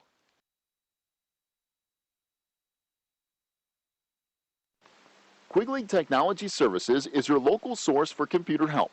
They have built numerous websites, including ours here at the Christian Internet Sports Network. Quigley Technology Services also specializes in virus removal, so your computer will get back to full speed now. And you can trust them for first-class computer repair, including free local pickup and delivery, plus on-site service, including after hours. Contact Quigley Technology Services at 815-293-7844 or stop by at quigtech.com. That's QUIG tech.com.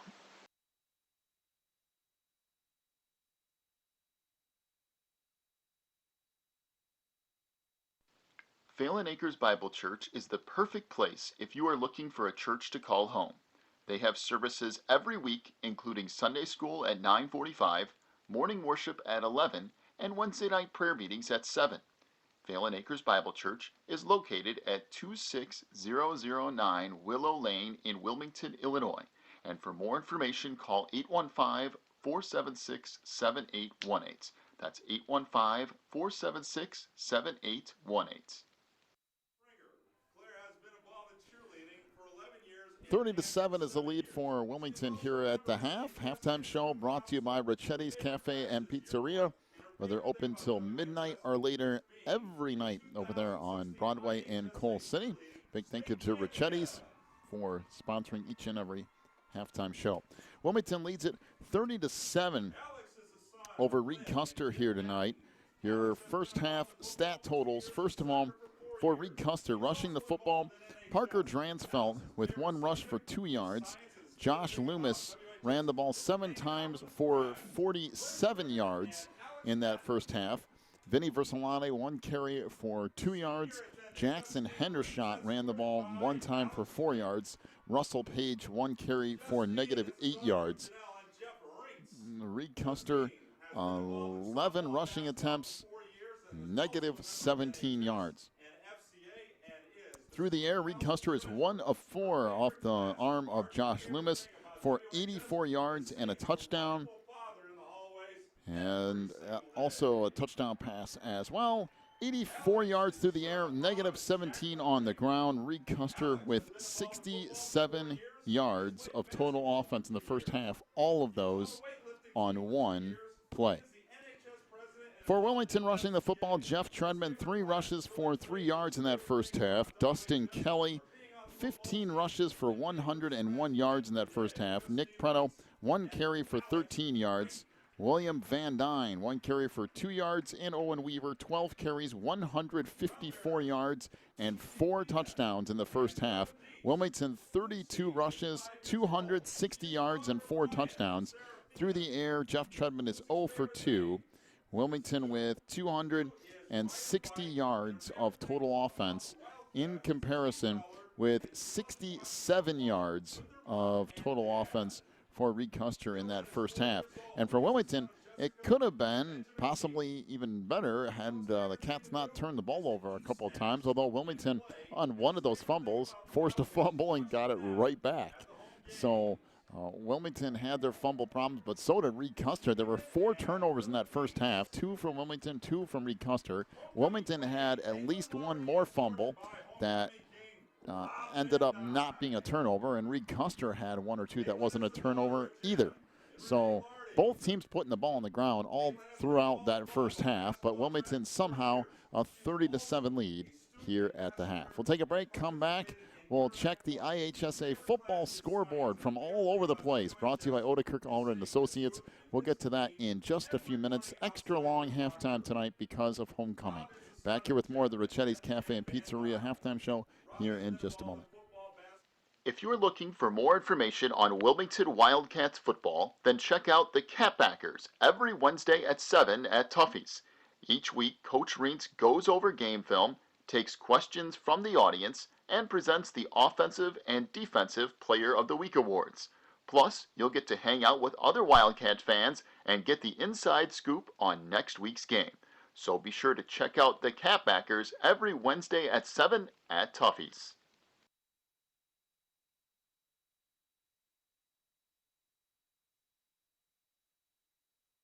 What's up, man? Good to see you're here. Do you want a beer? No thanks, I don't drink. Oh, come on, relax. Have some fun. Everyone else is drinking. We have a lot to do tomorrow, and I can't be all hungover from drinking. Yeah, I'm having enough trouble with school, and sports, and clubs, and so much stuff. I don't have time to be worrying about if I got caught drunk. Come on, man. This will help relax your mind and worries, and you'll have a good time. Oh, man, cops. Run. We better book it out of here. I'm so glad we weren't stupid and didn't drink. I know, right?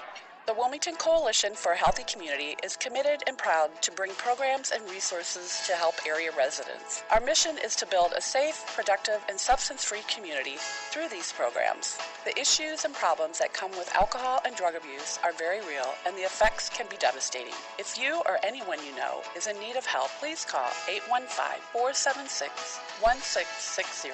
Help is only a phone call away. This ad is brought to you by the Wilmington Coalition for a Healthy Community in partnership with Sebring Goodman Teen Institute, ONDCP, and SAMHSA.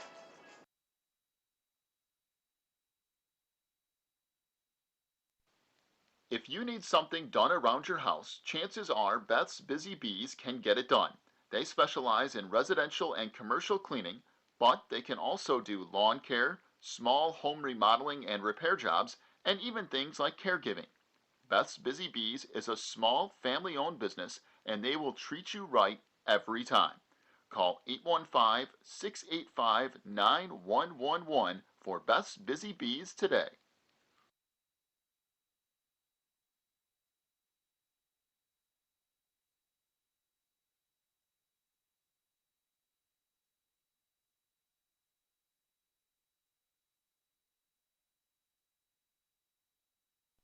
Warren's Collision Center is your hometown body shop.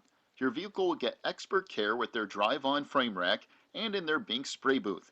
Warren's offers free estimates, pickup and delivery service, and they will get you set up with a loaner car while yours is in the shop. Warren's Collision Center is located at 242 North Front Street in Braidwood, or online anytime at warrenscollision.com. That's warrenscollision.com. Warren's Collision Center, where they care beyond the repair.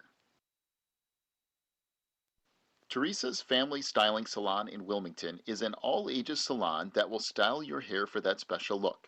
They offer cuts, perms, and coloring for any fashion. They also carry Paul Mitchell and Brocato products.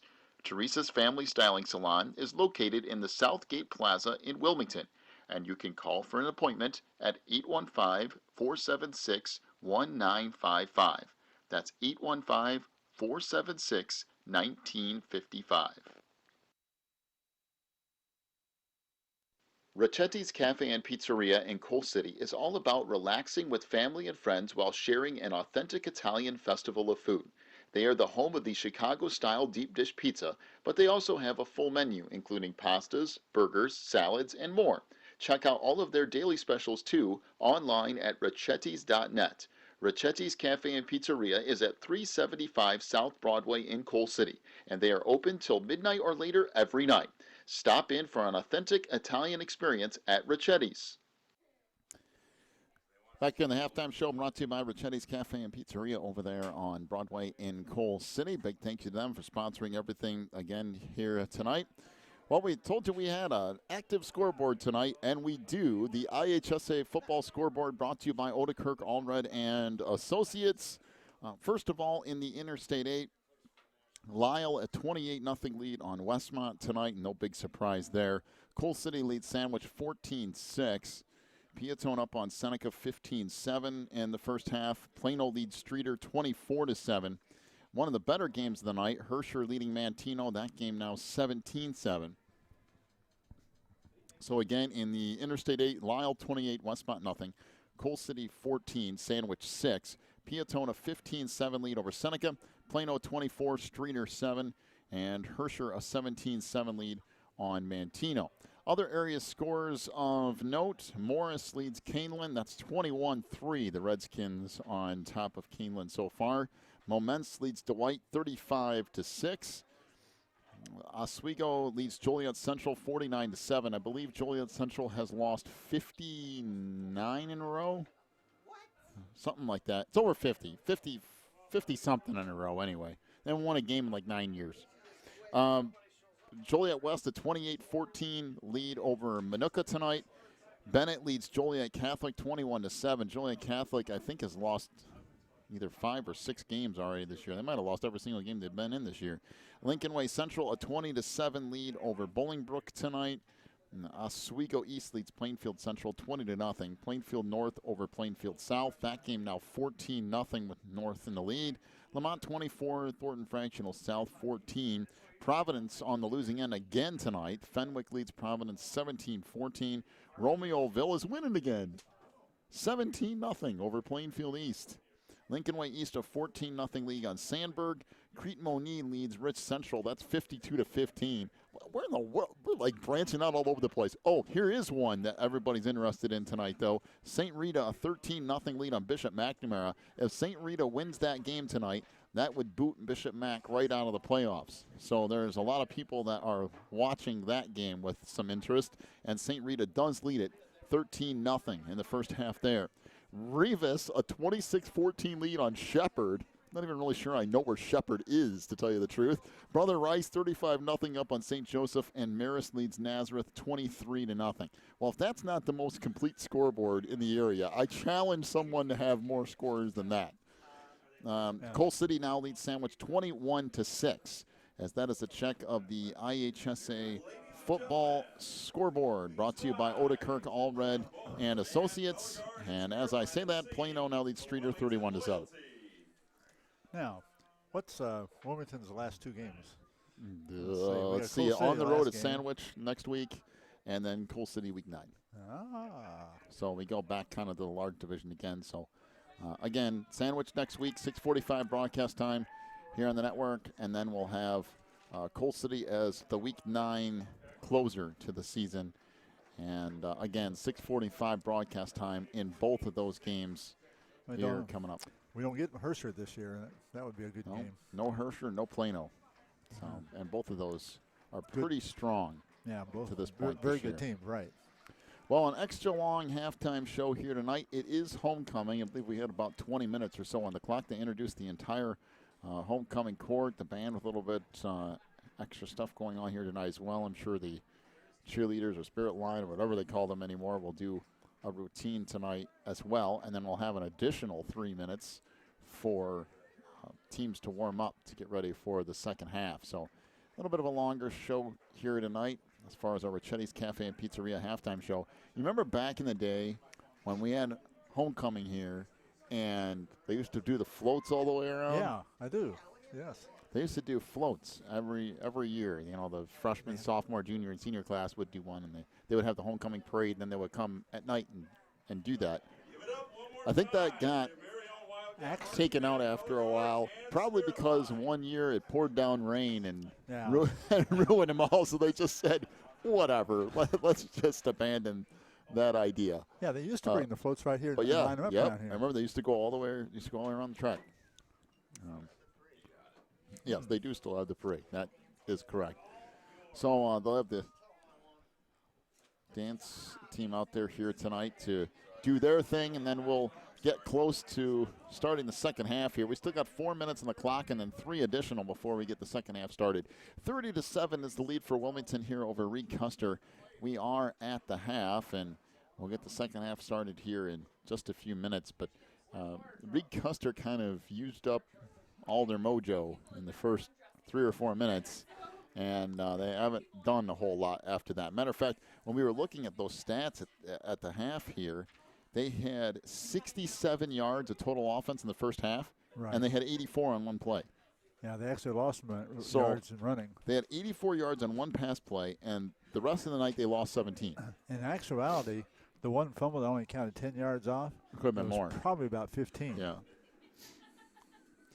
By the way, Cubs and Giants just getting underway here tonight, middle of the second, and no score between those two. And there's one team you don't want to draw in the first round. It's the Giants, because they always seem to have something going on.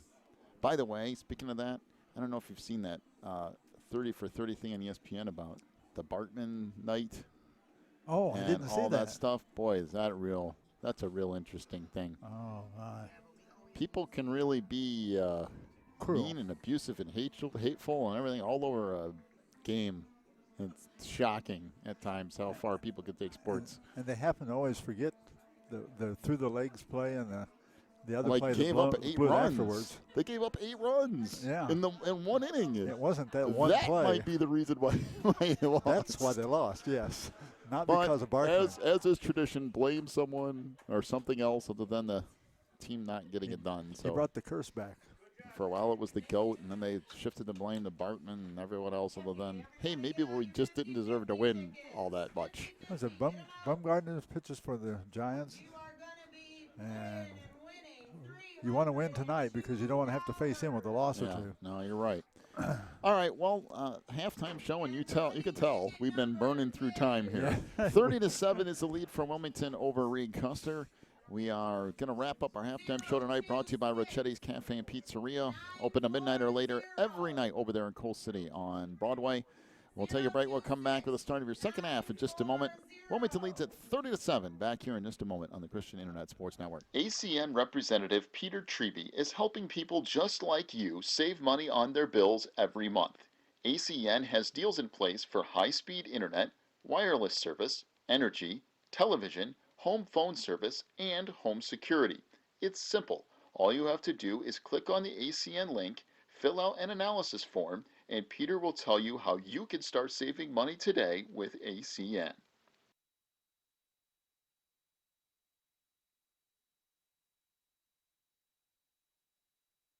Heroin. I am Matt Baskerville.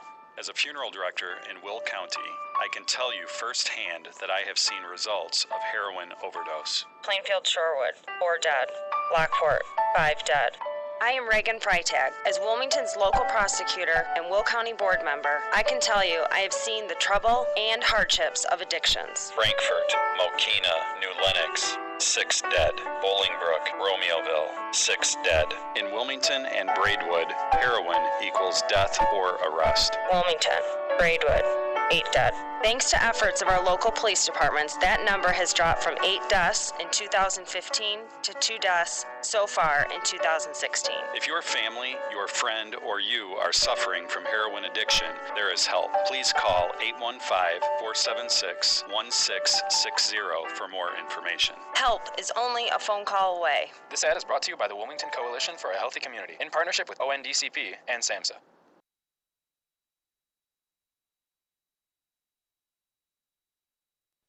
Pro Real Estate is a family-owned business established in 1983. Its staff and sales agents work in all areas of real estate sales, from first-time homebuyers to experienced investors. Located at 506 South Water Street in Wilmington, clients are welcome to stop by to discuss their real estate needs or visit our website at pro-homes.net. For a private consultation, contact us at 815-476-7916. When you need the very best representation on your side, the attorneys and staff at Odekirk, Allred & Associates are here to help. With extensive professional experience in cases involving criminal defense, divorce, custody, personal injury, residential real estate, and driver's license reinstatement, Odekirk, Allred & Associates and its diverse team is prepared to commit personalized attention and aggressive representation to achieve positive outcomes for your most stressful legal issues. Odekirk, Allred & Associates has a team of highly skilled attorneys from the area, including Wilmington locals. Odekirk, Allred & Associates takes pride in its communication skills and unmatched reputation for success. Contact Odekirk, Allred & Associates at 815-740-1700 for your free consultation today. Breezer Construction Company is a proud supporter of Wilmington Wildcats football on the Christian Internet Sports Network. For over 30 years, Breezer Construction Company has led the way in providing quality construction to the industrial, utility, and pipeline industries. For more information on Breezer Construction Company, go to breezerconstruction.com. That's breezerconstruction.com or call 815-521-0900. 30-7 is the lead for Wilmington here as we get set to start the second half. Just about 45 seconds before the start of the second half. Boy, it feels like it's been an hour and a half since we had any football going on. Now, actually, if you want to be really accurate, it has been pretty close to a half hour. It's been right at 25 minutes. It's been a while. I took a break and left and came back and I want to tell you something. and ate almost 2 pieces of pizza. I did all this that we did at halftime. I ate 3 pieces of pizza and checked the Cubs score and did a few other things all in the halftime. All right, so I think we're about set to actually get back to some football here. Wilmington will be kicking off. They Reed Custer elected to kick off the first half, so they get the ball the second half. 30-7 is the lead for Wilmington as we get set to start the second half. Alex Hatton has it kicked up at teed up at the 40. As he will kick off left to right. And Reed Custer will get set to return here. Russell Page back deep for the Comets. And the approach by Hatton will be a shorter kick again up near the 20-yard line. It's dropped and loose. And I believe it might still be loose at the bottom of that pile. We'll see who comes out of there. But it looked like Reed Custer got back on it initially, but I'm not sure who actually has the football. Reed Custer does. So Sam Lepper ended up getting the football back, and it'll be 1st and 10 for Reed Custer from the 26-yard line, I guess, waiting for them to put the football down.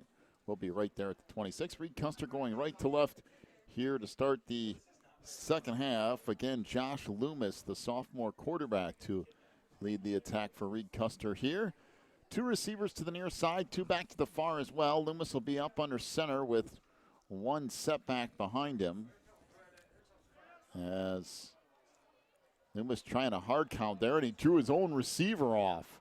Well, that's not exactly what you're looking for when you're doing a hard count, is to draw your own players off sides, but that's what happened as Russell Page took off, and it will go from 1st and 10 to 1st and 15.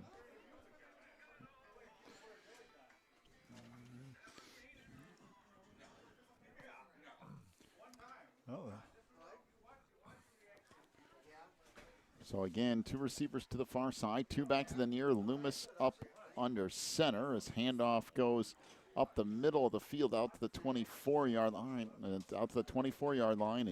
be 2nd down and 12 here for Reed Custer.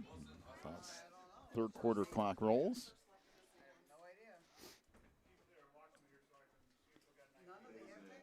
So 30-7 is the lead for Wilmington here, trying to make a stand defensively. Again, 2 receivers to the far side, 2 back to the near. Handoff goes up the middle, and there's not a whole lot there for Jackson Hendershot. Might have gotten 2 yards back, but that's about it. It'll bring up 3rd down and 10 for Reed Custer back to the 26-yard line.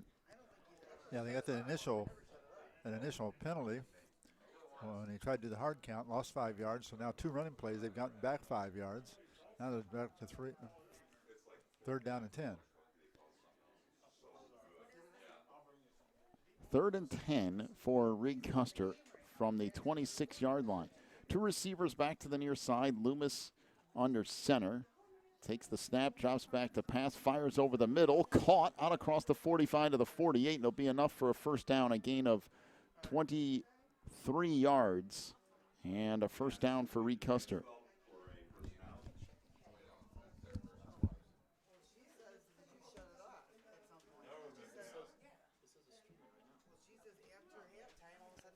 Okay. It'll be a 1st down now for Reed Custer. They'll be at the 49-yard line. Nice gain in the pass play. Here they come out of the huddle. Reed Custer, 2 wide right, 1 wide left. On the almost fumbled it again. Dropped in the backfield, but it looks like Loomis will end up with the ball and actually gained a couple of yards for Reed Custer. Be down to the 48 of Wilmington, a gain of 3 after Loomis dropped the ball again.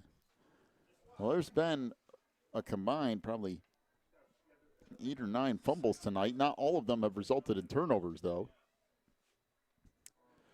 Well, the Comets doing a nice job moving the football here to start the second half. 2 receivers to the far side, 2 back to the near. Loomis under center and 1 lone setback. Handoff goes left side and moving the pile inside the 45 to the 44-yard line. And official blowing the play dead. Be put down just across the 45-yard line. It'll bring up 3rd down and about 3 for the Comets here. Down to 9:15 to go in our third quarter of play, and Wilmington leading at 30-7. And this a little bit more what we thought we would see from Reed Custer at the beginning tonight. Yeah, it's more of a run attack. They're running straight at the line right now, probably trying to take away the quickness of the Wildcats and trying to go wide. 3rd down and 3 for Reed Custer here from the 35. He dropped the ball again. Another fumble. And let's see who ends up with this one. And there's a pile out there, and it will be 4th down as somehow Reed Custer recovers again. Bring up 4th down and a yard. He even gained a half a yard. Well, it just, boy, believe we're approaching double digits now for fumbles tonight. For some reason, nobody can hang on to the football. If I had kept track of them all, I know he's got 4 fumbles himself. Well, pretty big play here for Reed Custer. 4th down and a yard from the Wilmington 42-yard line. Again, 2 receivers to either side. Loomis under center, trying to draw Wilmington off sides. That didn't work. Now he's taking his time here, and it'll be delay of game on Reed Custer. I just don't understand why you don't just run a play on 4th and a yard. It doesn't make any sense. Because now you're backing yourself up, forcing yourselves to punt, and you didn't really need to. I mean, I guess the idea is if you punt it now, you got more room to get the punt in before they get to the end zone. Maybe. I guess, but at this point, down 30-7, I think I would. It's splitting hairs that don't need to be split. Yeah. In any case, Reed Custer will get set to punt it away right to left here. As again, standing at his own 40-yard line is Jackson Hendershot looking to punt this for the Comets. Make sure Tyler Holcomb back deep at his own 20-yard line for Wilmington. Good snap, and the kick here is a little bit shorter, and Holcomb calls for a fair catch and makes one right around the 20-yard line or so. And the Wildcats will take over there, 1st and 10. 7:50 to go in the 3rd quarter. Wilmington comfortably in the lead as they have a 30-7 advantage. Well, this is Wilmington's first time touching the ball in the second half. So 1st and 10 for Wilmington here, and they have gone to Connor Dempsey in there at quarterback now. So Dempsey will be under center as the Cats giving a little bit different look here. And the little pitch back across the 20 out near the 23-yard line on 1st down. That is Dustin Kelly on the carry for Wilmington. Pick up about 3 yards, bring up 2nd and 7 for the Cats. Again, Connor Dempsey in there at quarterback for Jeff Trudman to start this 3rd quarter. Really no need to risk any injuries to Jeff. And Connor, we've seen, is very capable of running this Wilmington offense. Matter of fact, has done so in regular time too, not just in games where it's getting out of hand. Pitch comes near side. Kelly trying to get the corner. It cuts back across the 25. That's going to be a hold. Out to the 30-yard line and finally to the 32, but there is a flag down at the 26. And we'll see what this is here, but more than likely a holdout there. I think it was pushing the back is what it was, but well, we'll see. It could be either one of those. You're right, pushing the back. Yeah, hit it right on the nose. It was on Weaver. So they'll mark that from the 25 or so.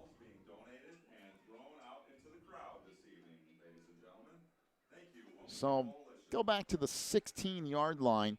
7:01 to go in the 3rd. Wilmington leads it 30-7, and now the Cats will have it 2nd down and 13 from back at the 16-yard line or so.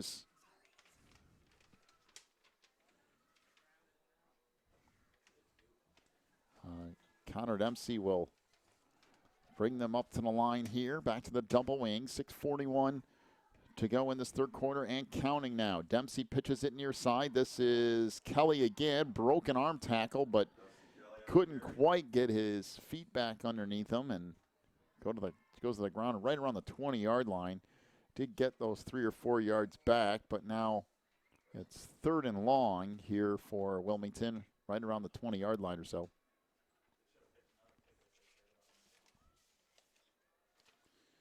He handed this paper from the Wilmington Coalition in regards to the Harlem Ambassadors are coming. Oh, nice. Sunday, October 16th at 4 p.m. at Wilmington High School. And tickets are on sale now at the City Hall, Evans Lawn and Garden, a few other places, and at the door. Adults $12, students and seniors $10. As that doesn't go anywhere. In fact, Connor Dempsey gets wrapped up in the backfield by Jackson Hendershot, and that's going to go for a loss of 3 or 4 yards. And now Wilmington will be forced to punt the ball away with 5:30 and counting here in the 3rd quarter. That's Sunday, October 16th at 4 p.m. at Wilmington High School for the Harlem Ambassadors. And the proceeds will benefit the Canine Officer Fund. So trying to get another police dog here in Wilmington. So a noble effort for the Wilmington Coalition. And Harlem Ambassadors have been around for a while. As the Cats will get set to punt here. A little bit of a high snap, but Hansen will get it away anyway. Beautiful kick by Keaton Hansen. Kicked that thing about 50 yards or so in the air, and it's going to roll all the way to the 40-yard line. So a 40-yard punt with no return for Keaton Hansen. That's what you need out of your kicking game. So Reed Custer will take you over 1st and 10 from their own 40. 4:44 to go in the third quarter. It's a 20-7 lead, or excuse me, 30-7 lead. Almost shortchanged the Cats for Wilmington. It has been a less than thrilling third quarter of football, that's for sure. Not a lot going on. Not much. So the Comets will send 2 receivers to the near side.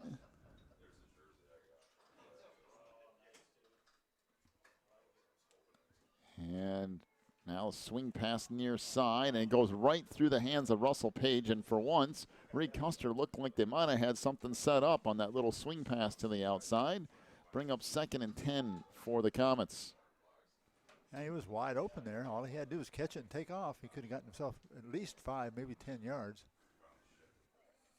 Maybe even a little bit more than that. 2nd and 10 for the Comets from their own 40-yard line. The coach is doing a better job, the Reed Custer coach, of mixing up the plays a little bit more. 2 receivers to the far side, 2 back to the near as well. Loomis under center on 2nd and 10. Will hand it off. That's going to go nowhere. Matter of fact, might have lost a couple of yards as Hendershot trying to carry it off to right side, and Owen Weaver was having none of that. So it gets dropped for about a 1-yard loss or so. Bring up 3rd down and 11 for Reed Custer. He carried the ball 4 times for 9 yards in the second half. Mr. Hendershot. Not been easy. He had 5 yards in 1 run.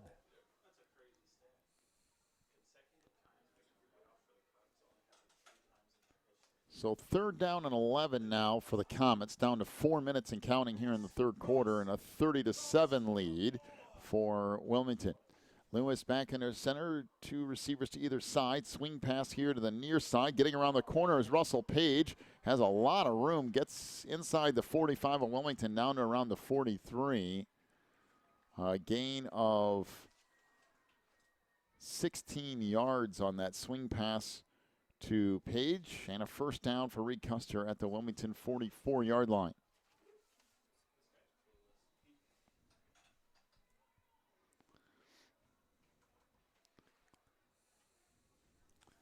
All right.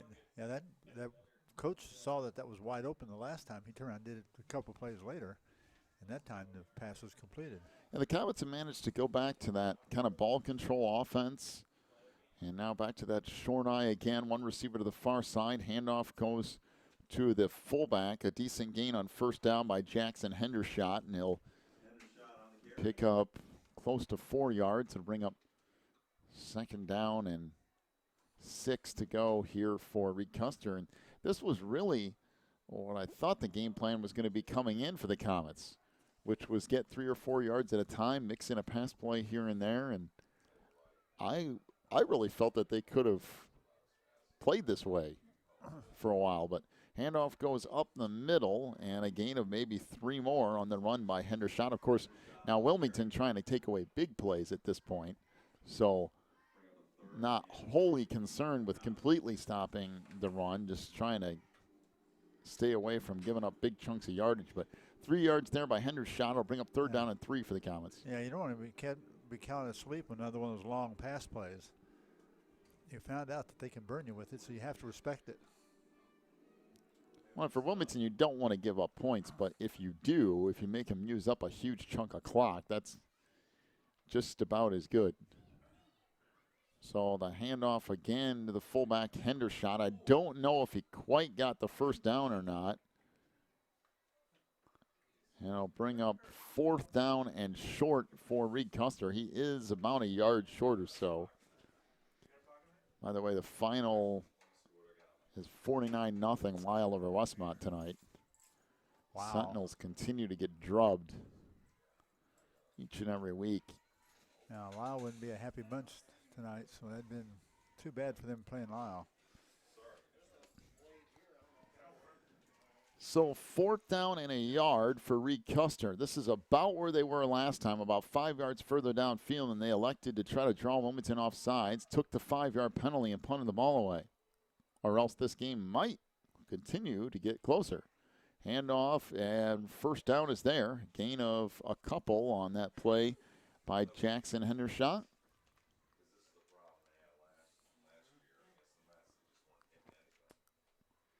Should be enough for 1st down, at least where they're putting the ball now it will be. I tell you what, they just made it by about a half a football. So 1st and 10 for the Comets down to the 34-yard line of Wilmington. And, you know, Reed Custer moving the ball. The problem is it's taking a huge amount of time to do it. Probably trying to roll Wilmington into the defending the run so you can put one over the top right quick. So 1st and 10 for the Comets again at the 34. Swing pass near side. Boy, that's a nice play. Real nice play in the near side by Mendoza. Caught by Russell Page. Mendoza came off of his block and made the tackle at the 34. And, boy, that's really good work on the outside by Joe Mendoza. If you pay attention to the coach way he called it, he comes back to the same plays quite frequently. Works one time, he'll work a couple plays and bring it back again. 2nd down and 10 for Reed Custer from the 34 of Wilmington. Back to the eye again. Handoff, Hendershot. Good penetration there by McWilliams coming up and making the stop. Hendershot got next to nothing. I think they're going to give him maybe a yard here, but that's going to be about it. Bring up 3rd down and long for Reed Custer, and that's going to bring us to the end of the 3rd quarter. 30-7 is the lead for Wilmington as we head to quarter number 4. You're listening to Wilmington Wildcats football on the Christian Internet Sports Network. Quigley Technology Services is your local source for computer help. They have built numerous websites, including ours, here at the Christian Internet Sports Network. Quigley Technology Services also specializes in virus removal, so your computer will get back to full speed now. And you can trust them for first-class computer repair, including free local pickup and delivery, plus on-site service, including after hours. Contact Quigley Technology Services at 815-293-7844 or stop by at quigtech.com. That's QUIG tech.com.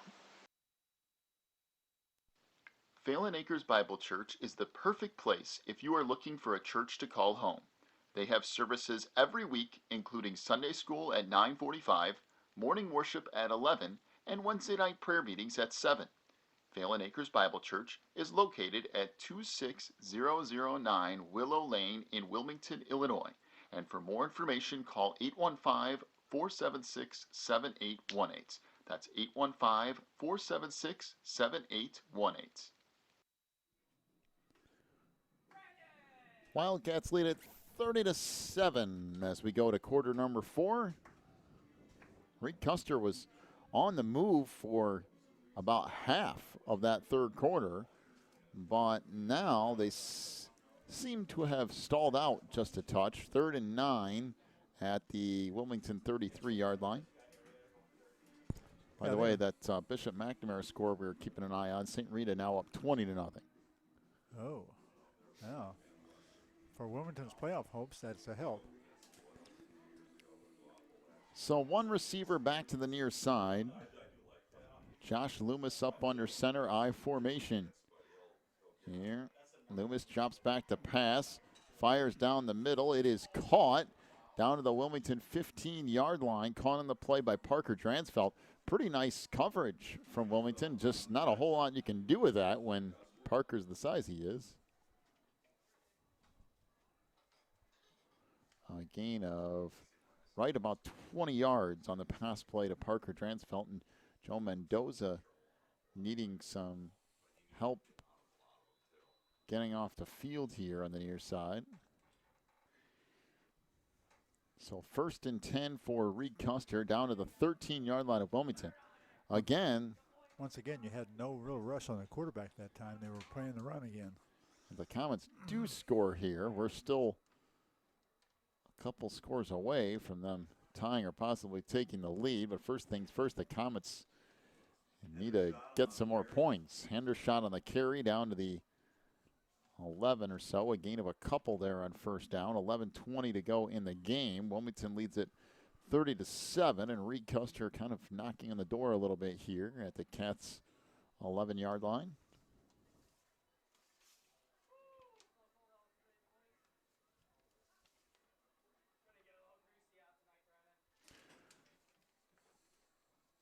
So 2nd down and 8. One receiver to either side. Back to the short I formation again. Dropping back to pass is Loomis. Has a receiver and first of all waited a little bit too long to get the pass out there and then overshot his intended receiver just a touch. I believe that's Russell Page out there. And that should have been an easy 6, really. Well, the defender got over and hit his hands just as the ball was getting there, too, so made it hard for him. Seems like just a touch too long there, but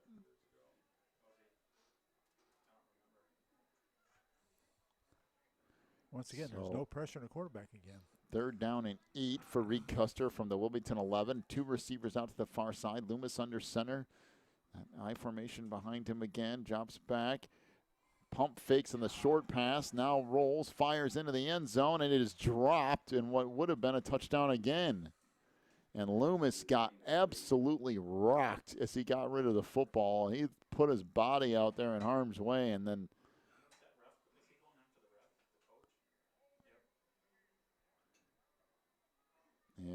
the pass falls incomplete. Bring up 4th down and 8 here, and Coach Wolf is not too happy with what happened on the far sideline, but when your problem is you become a runner. You can't go running around and then expect you got to get protection. Tackled. Yeah, you're going to. I didn't see if he went high or not, which might be what Coach Wolf is upset about. If he did go high, I didn't quite see where he was hit, but it definitely wasn't late or anything. So no, it wasn't. It was just defensive pressure. So 4th down and 8 here for Reed Custer. And we have a timeout to the Comets. So 4th down and 8, 10:33 to go in the game. 30-7 is the lead for Wilmington. We'll take a break. Back with more Cats football here in just a moment. If you're looking for more information on Wilmington Wildcats football, then check out the Catbackers every Wednesday at 7 at Tuffy's. Each week, Coach Rein goes over game film, takes questions from the audience, and presents the Offensive and Defensive Player of the Week awards. Plus, you'll get to hang out with other Wildcat fans and get the inside scoop on next week's game. So be sure to check out the Catbackers every Wednesday at 7 at Tuffy's.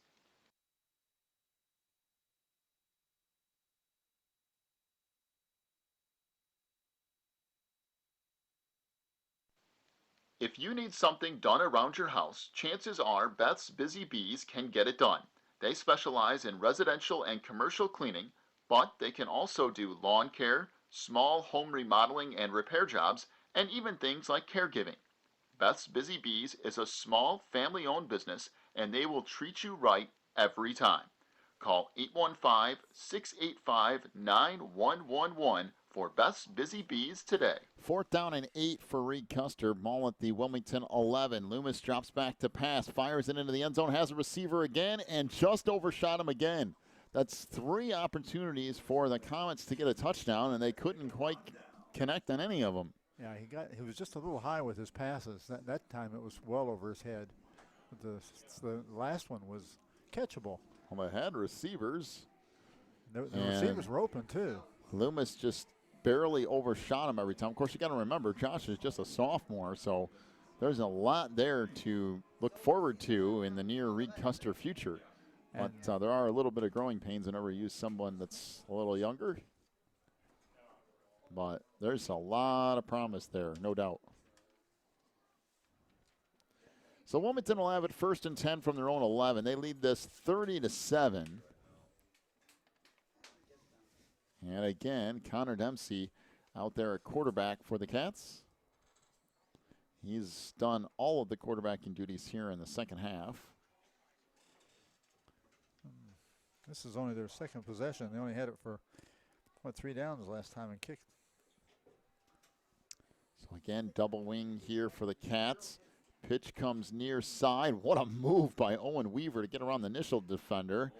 And he'll push forward out near the 13-yard line or so. Gain of about 3 on first down. They're going to mark it at the 14.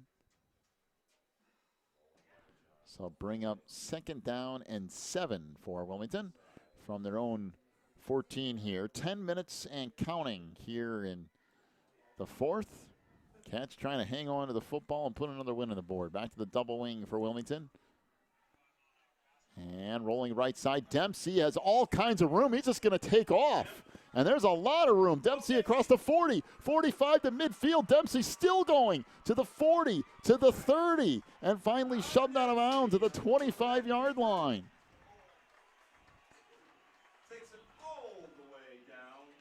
A gain of 62 yards on that run by Connor Dempsey. Once again, that's a lot of speed. Boy, once again, you have all those guys up close. If you get past the initial line of scrimmage, it's a good long gainer. And he could have, he had 2 receivers out there open too, and there was no need for it though. There's nobody in that half of the field. No reason taking a chance of being incomplete. Just go ahead and run it.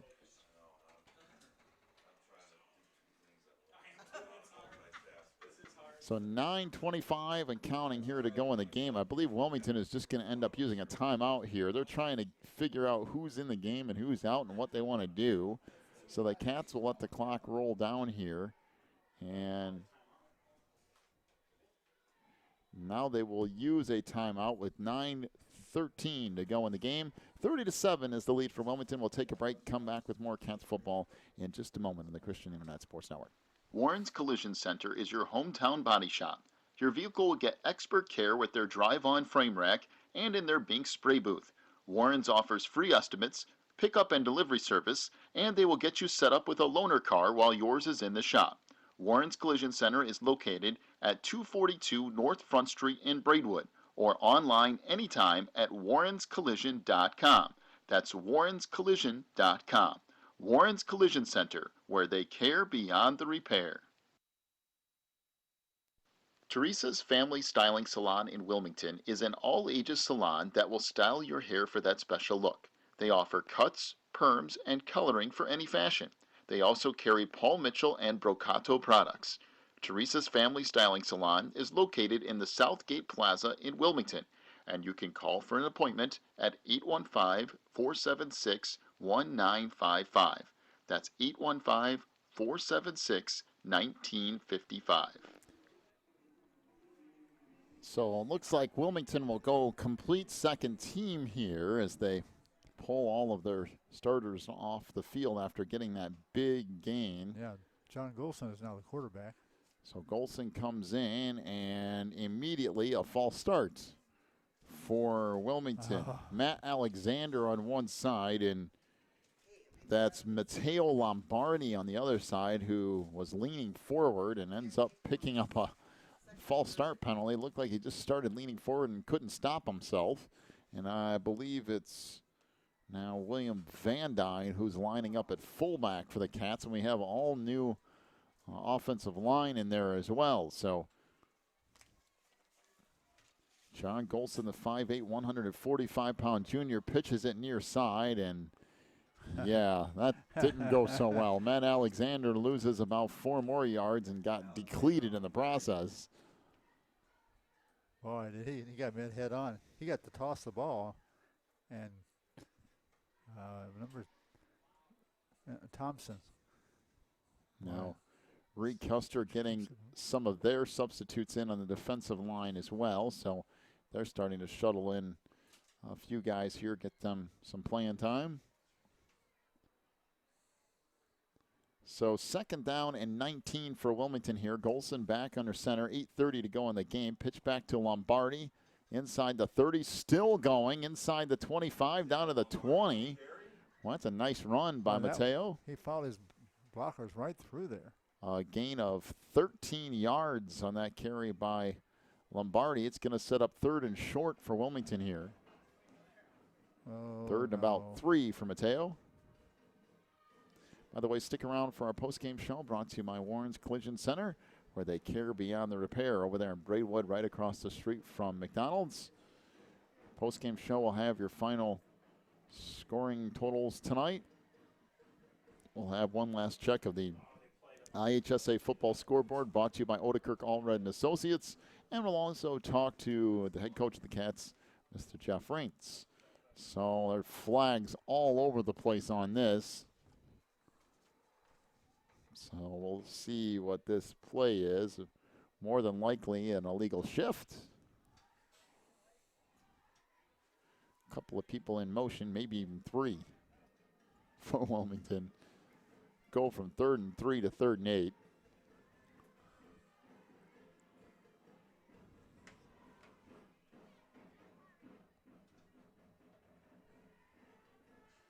And is an illegal shift.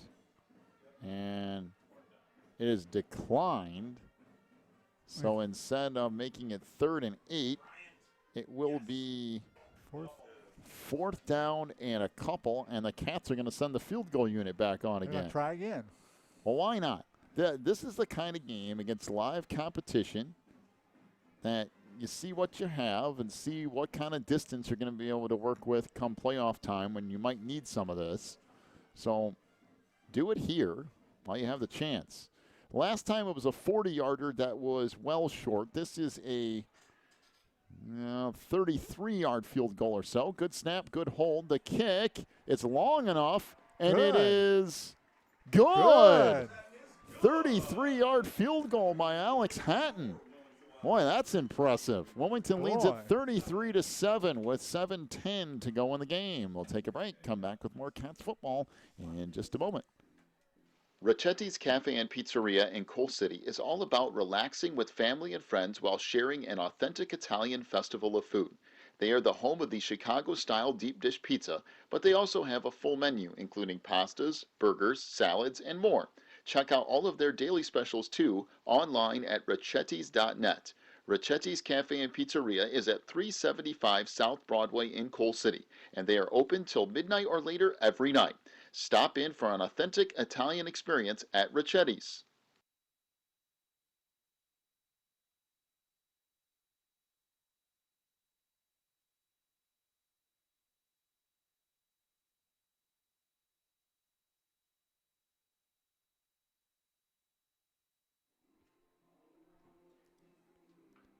$33-7 is the lead for Wilmington with 7:10 to go in the game. Alex Hatton will tee it up at the 40, get set to kick off right to left. We saw the 40-yarder come up a good 5 yards or so short earlier, and now the 33-yard attempt had plenty of distance to get through, so you figure that 35-yard mark or so is about the max. You get inside the 20-yard line or so, and that is an available option, which is good to know. That is really good to know. A squib kick right down the middle of the field, taken at the 30, out to the 33-yard line. And Reed Custer will have it right there, 1st and 10. Once again, be sure to join us next week on the road up at Sandwich. 6:45 start time for the Wildcats and Indians, and then we'll end the regular season anyway. Week 9 with Coal City coming to town for a 6:45 broadcast time. 1st and 10, Reed Custer. 2 receivers to the near side, 2 back to the far, 1 lone setback here. And up under center again is Loomis. And somebody got the play don't wrong. know what happened there, but it didn't work, although Loomis just put his head down and tried to go forward and did manage actually to pick up a couple of yards, bring up 2nd down and 8. Yeah, you could tell somebody got the play wrong, the call wrong, and he went to hand it off, and there was nobody there. So, well, an interesting little twist tonight and something that's completely nothing to do with the I-8. New Trier defeats Maine South 27-21. Maine South had won 77 conference games in a row. Oh, my. until tonight. My. That's a long streak. Handoff goes up the middle. A gain of close to 5 yards on the play by Jackson Hendershot.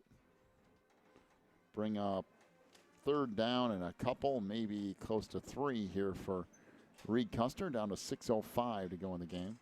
What can you imagine that? Maine South 77 conference wins in a row. And New Trier gets them tonight by 5. Whatever conference you're in, that's an amazing mark. Well, Maine South has been a powerhouse for a while now. Back to the I formation, and I believe at 8A school too. Handoff goes up the middle. Hendershot's going to have enough for the 1st down. Pick up about 4 yards or so on the play. And a Reed Custer 1st down with 5:45 to go in the game. And the clock will be rolling here shortly. Wilmington leading it 33-7. Once again, be sure to stick around for our post-game show brought to you by Warren's Collision Center, where they care beyond the repair, right across the street from McDonald's there in Braidwood. Get your final totals tonight. We'll talk to Coach Rein, and we'll have one more check of the IHSA football scoreboard brought to you by Odekirk, Allred, and Associates. Handoff to the far side. Oh, he's gone. Up the sideline goes Vinny Versalate. He'll be inside the 20-yard line down near the 15. And a gain of about 40 or so on that run by Vinny. Of course, this is Reed Custer's 1st-team offense against Wilmington's 2nd-team defense. So a little bit of an advantage for the Comets here, but still they pick up about 40 yards on that run. It will be 1st and 10 for Reed Custer from the Wilmington 15-yard line. So again, one receiver back to the near side. Looks like they might have brought in 1 or 2 guys here offensively. And again, a broken play. Loomis trying to keep it, and he's going to lose a couple of yards. And he looked back. Zach Hall was in there looking like he was supposed to get it pitched to him, and Loomis tried to hand it off, and there was no one there. So the Comets going a little bit deeper into their bench now, too, getting some of their 2nd-teamers in there. Bring up 2nd and 12 now for Reed Custer. Good job of the coaches getting these guys in. Give them some experience to help them for next year, too. Custer's still got a few regulars in there, but they've managed to mix it in, too. Handoff goes to the fullback, Austin Sunday. He'll pick up a couple of yards, bring up 3rd down and about 9 for Reed Custer, down to 4:10 to go in the game. But, yeah, you're right. It is nice to see both sides giving all their guys a chance to play here tonight. Might as well get everybody some experience. Yeah, here comes a couple more in for the Wildcats. So again, back to the I formation. Zach Hall in there at tailback. Loomis under center. 3rd down and 9. And Hendershot, I believe, on the carry there. Make sure it's Hendershot. It might be. Nope, it's 40. So that's Austin Sunday on the carry. Down to the 10-yard line or so. A gain of 4 for Austin Sunday. It'll bring up 3:25 to go in the game. 4th down and 5 here for Reed Custer.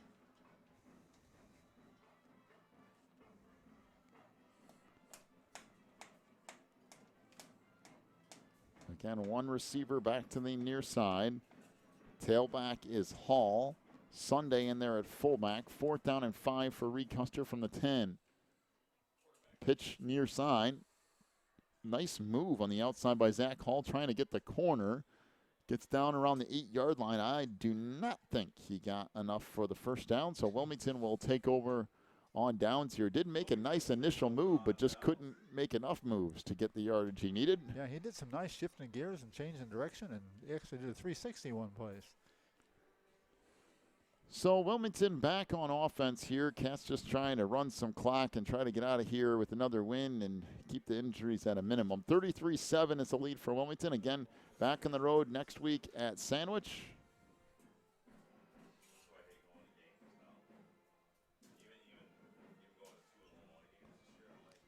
This half, this is only the third possession by Wilmington in the whole half. First half, they had 8 possessions.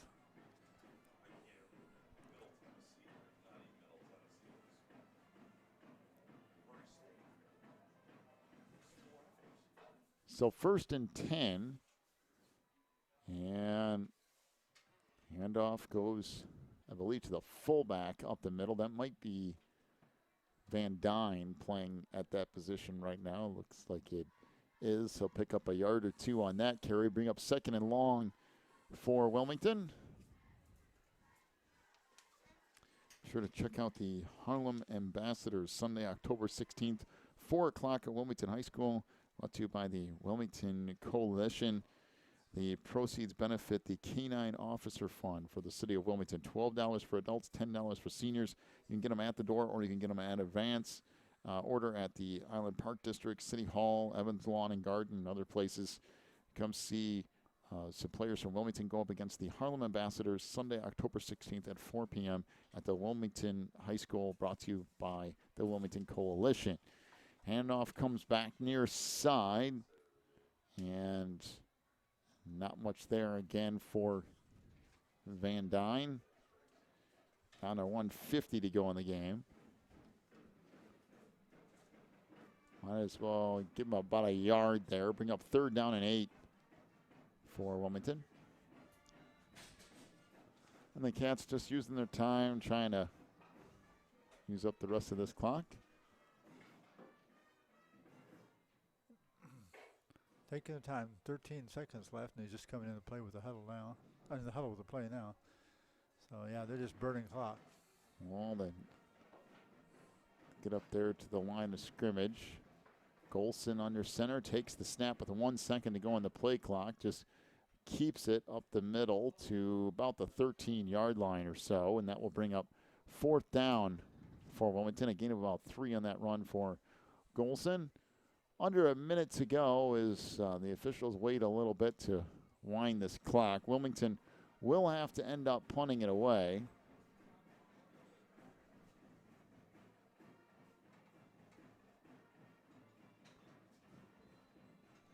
Well, they wait plenty long enough on an extra 20, 25 seconds. That's okay. I think both coaches at this point are fine with I think both coaches and the referees are trying to run the clock down. Well, Rein Custer came in with a different game plan right off the bat and got a quick touchdown, but then once the passing game fell apart, the running game never got on track, really. They're going to get this play off. They moved the ball a little bit, but Wilmington will run out of time. 17 seconds to go on the clock as at the back the ball up 5 yards here. Keaton Hansen will get set to punt it away. He's going to have to do it from his own end zone. Matter of fact, about the back of his own end zone at this point.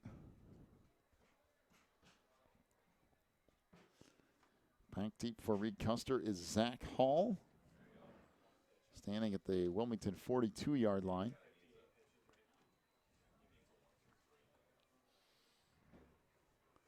So all that Wilmington has to do here is basically get this punt off. Keaton Hansen will get set to do that. Right now the only drama left in this game is what the final score is going to be. Wilmington had this game won a while ago. This will bounce at the 35 and will roll out to the 46-yard line with 7 seconds to go in the game. Reed Custer will have time for about one more snap, and that's going to be it.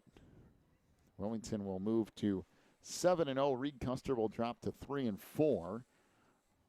We'll be with you next week as Wilmington hits the road to take on Sandwich next Friday night. 6:45 broadcast time.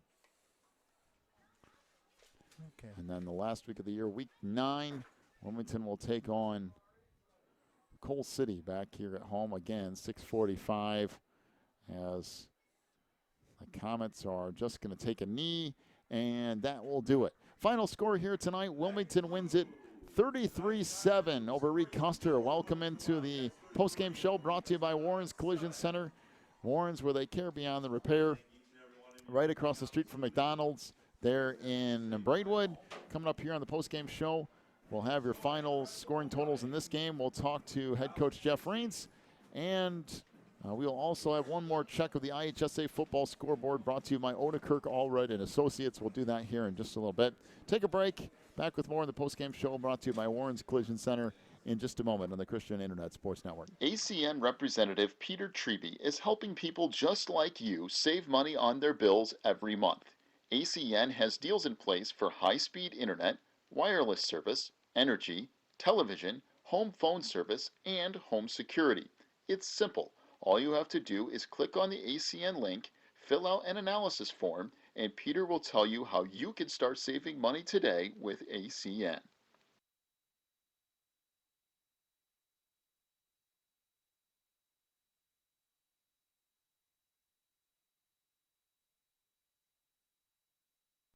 Pro Real Estate is a family-owned business established in 1983.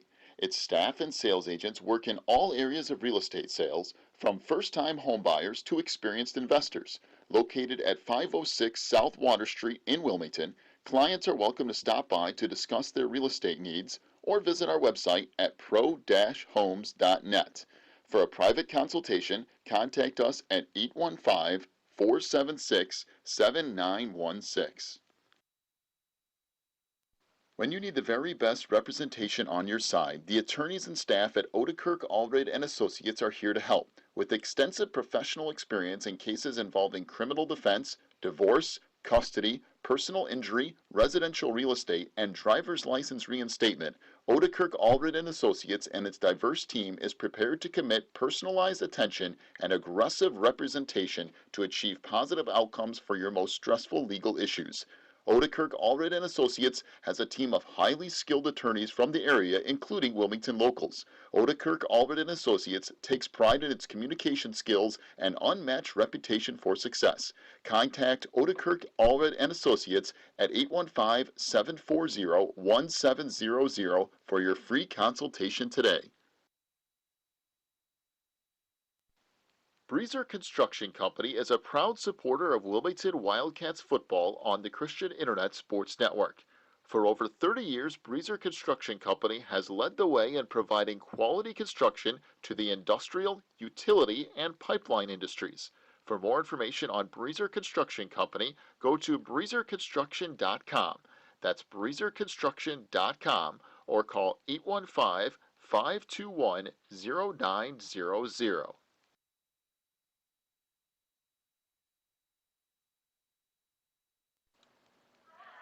Hey, Billy, where do you think you're going with that beer? What's the big deal? He is at home. Nice, Bob. Real nice. Look, they're practically grown. They're juniors and seniors now, and they're here for the day. They're not going anywhere. Yeah, that may be true for yours, but you can't let the others drink. In Illinois, the social host law holds adults accountable for underage drinking. If a minor who was drinking at your house injures or kills someone, you are guilty of a Class 4 felony. You get fined. You go to jail. So, being the host, aka the adult, letting high schoolers drink is illegal. Be their guide, don't provide. If you or someone you know abuses alcohol or drugs, please call 815-476-1660. Help is only a phone call away. This ad is brought to you by the Wilmington Coalition for a Healthy Community in partnership with ONDCP and SAMHSA.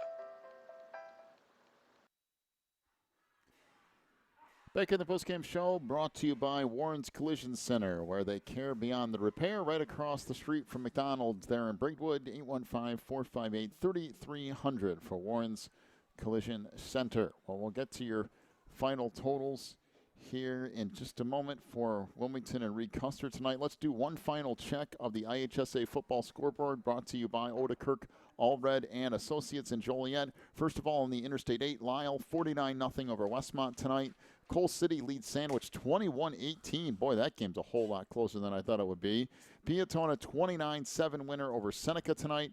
Plano gets the best of Streeter 51-7, and Herscher a 23-13 lead on Mantino. A couple of scores of note: Morris 34-3 over Canelan tonight. Momence leads Dwight 35-12.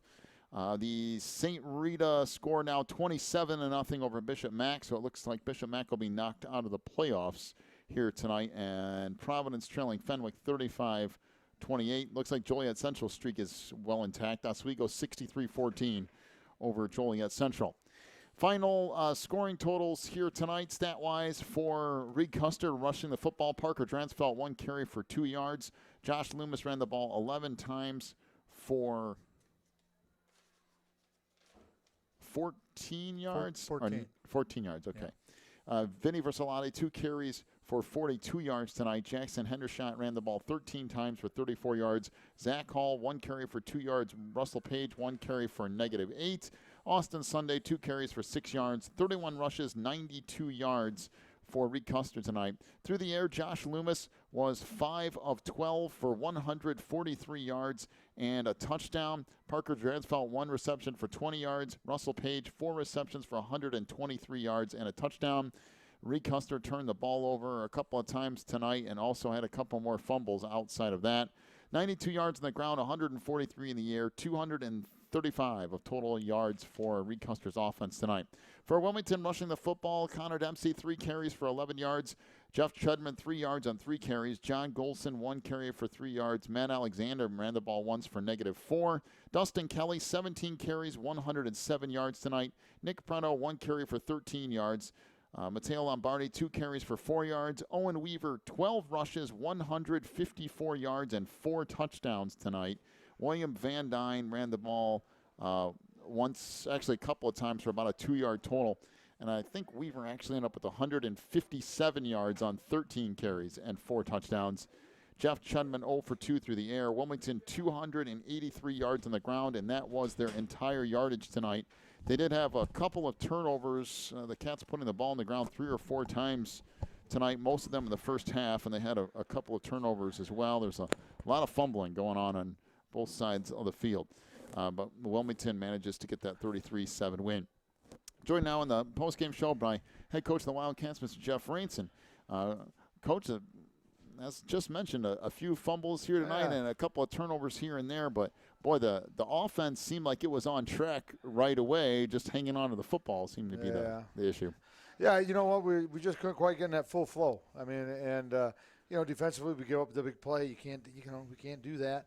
And our pass defense, there we are working on Braywood runs the ball. We're working on run, and they come out throwing, which is a good job on Mark's part. Mark changed it up a little bit, and they got behind us. But overall, I'm happy for our kids. You want them to win that homecoming game, and for us to play their rival in Braywood, and then to go through their homecoming. We've had a great week at school.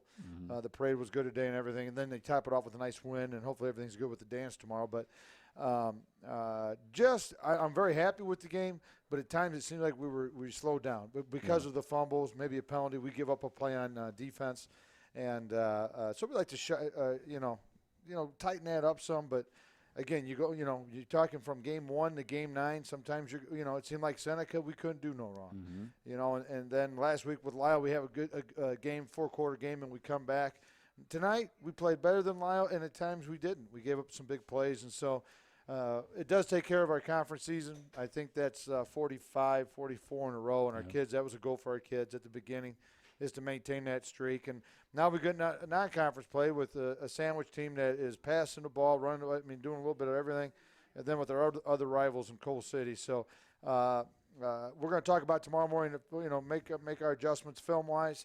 But a lot of good tonight, though. I don't want to sound like sour grapes. Boy, I saw a lot of positives tonight, so I'm happy about that. The one interesting thing, that Coal City sandwich game tonight, Coal City is up 21-18 on sandwich, which again interesting. The I-8 week to week is an interesting thing, and both of them, that's last couple of games that can end up being, that's a final. Piatone defeats Seneca tonight, and Bishop Mack officially eliminated for the playoffs too by St. Rita, as they got a win here tonight. I'll tell you the one thing that the kind of games like this that I like to see is Alex Hatton getting out there and a chance to a couple of field goals. The 40-yard one a little bit short, but the 33-yard one on this end of the field looked really nice. Yeah, I know people were probably, what's he doing? They're already up by so many points at half. Well, that's what you want to do. Right, You want to put our kids in those situations. And so when that happens again, who knows when? Could be against Coal City, could be against next week's Sandwich. Is it in the playoffs where we got to come through with a big kick? We've had some big kicks in the past in the playoffs. You're right. And so for our team to get out there and to do their job with our special teams, we're happy with that. And that is a final now, too. Coal City got Sandwich 21-18 here tonight. But it's been it's a big week kind of all the way around. We had homecoming, and you had the stuff at Camp Eckers the other night, kind of celebrating your 200th win there, and you combine all that with your daughter's out here at halftime too, man. I saw you down there too, helping set up the stands and stuff for the band. You were doing everything tonight. Gotcha. No, and for me personally, it's a great week. I got both my girls in the school. Jordy, my youngest, this is her first homecoming, but she thinks it's awesome. And then lo and behold, I got a senior daughter, on the court. But I just don't want to say for me. I tell you, we've had a great homecoming week.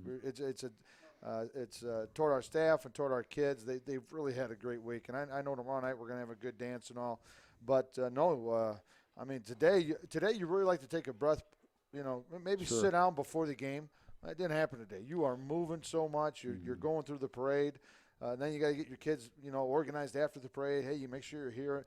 And then with the game moved up to 5 o'clock, as all JV games are, you turn around. Well, it's time to play. And to our JV team, I know they lost tonight. That's a very good Custer team they played. I know Coach Wolf from Braidwood's real fired up about his sophomore group, and our kids went toe-to-toe tonight. And so I see some great games down the line between us and Custer. Hey, that was a fun game tonight. We were up here watching that from the press box, and the fans were into it a little bit toward the end. And that was a real nice kind of I know we'd like to be on the winning end of that, but that was a nice game to go before the varsity. That's why you kind of like having those games before varsity. Yeah, and you get to see your kids in those situations. And then we'll talk about it on Monday. Hey, what could we have done better, worse?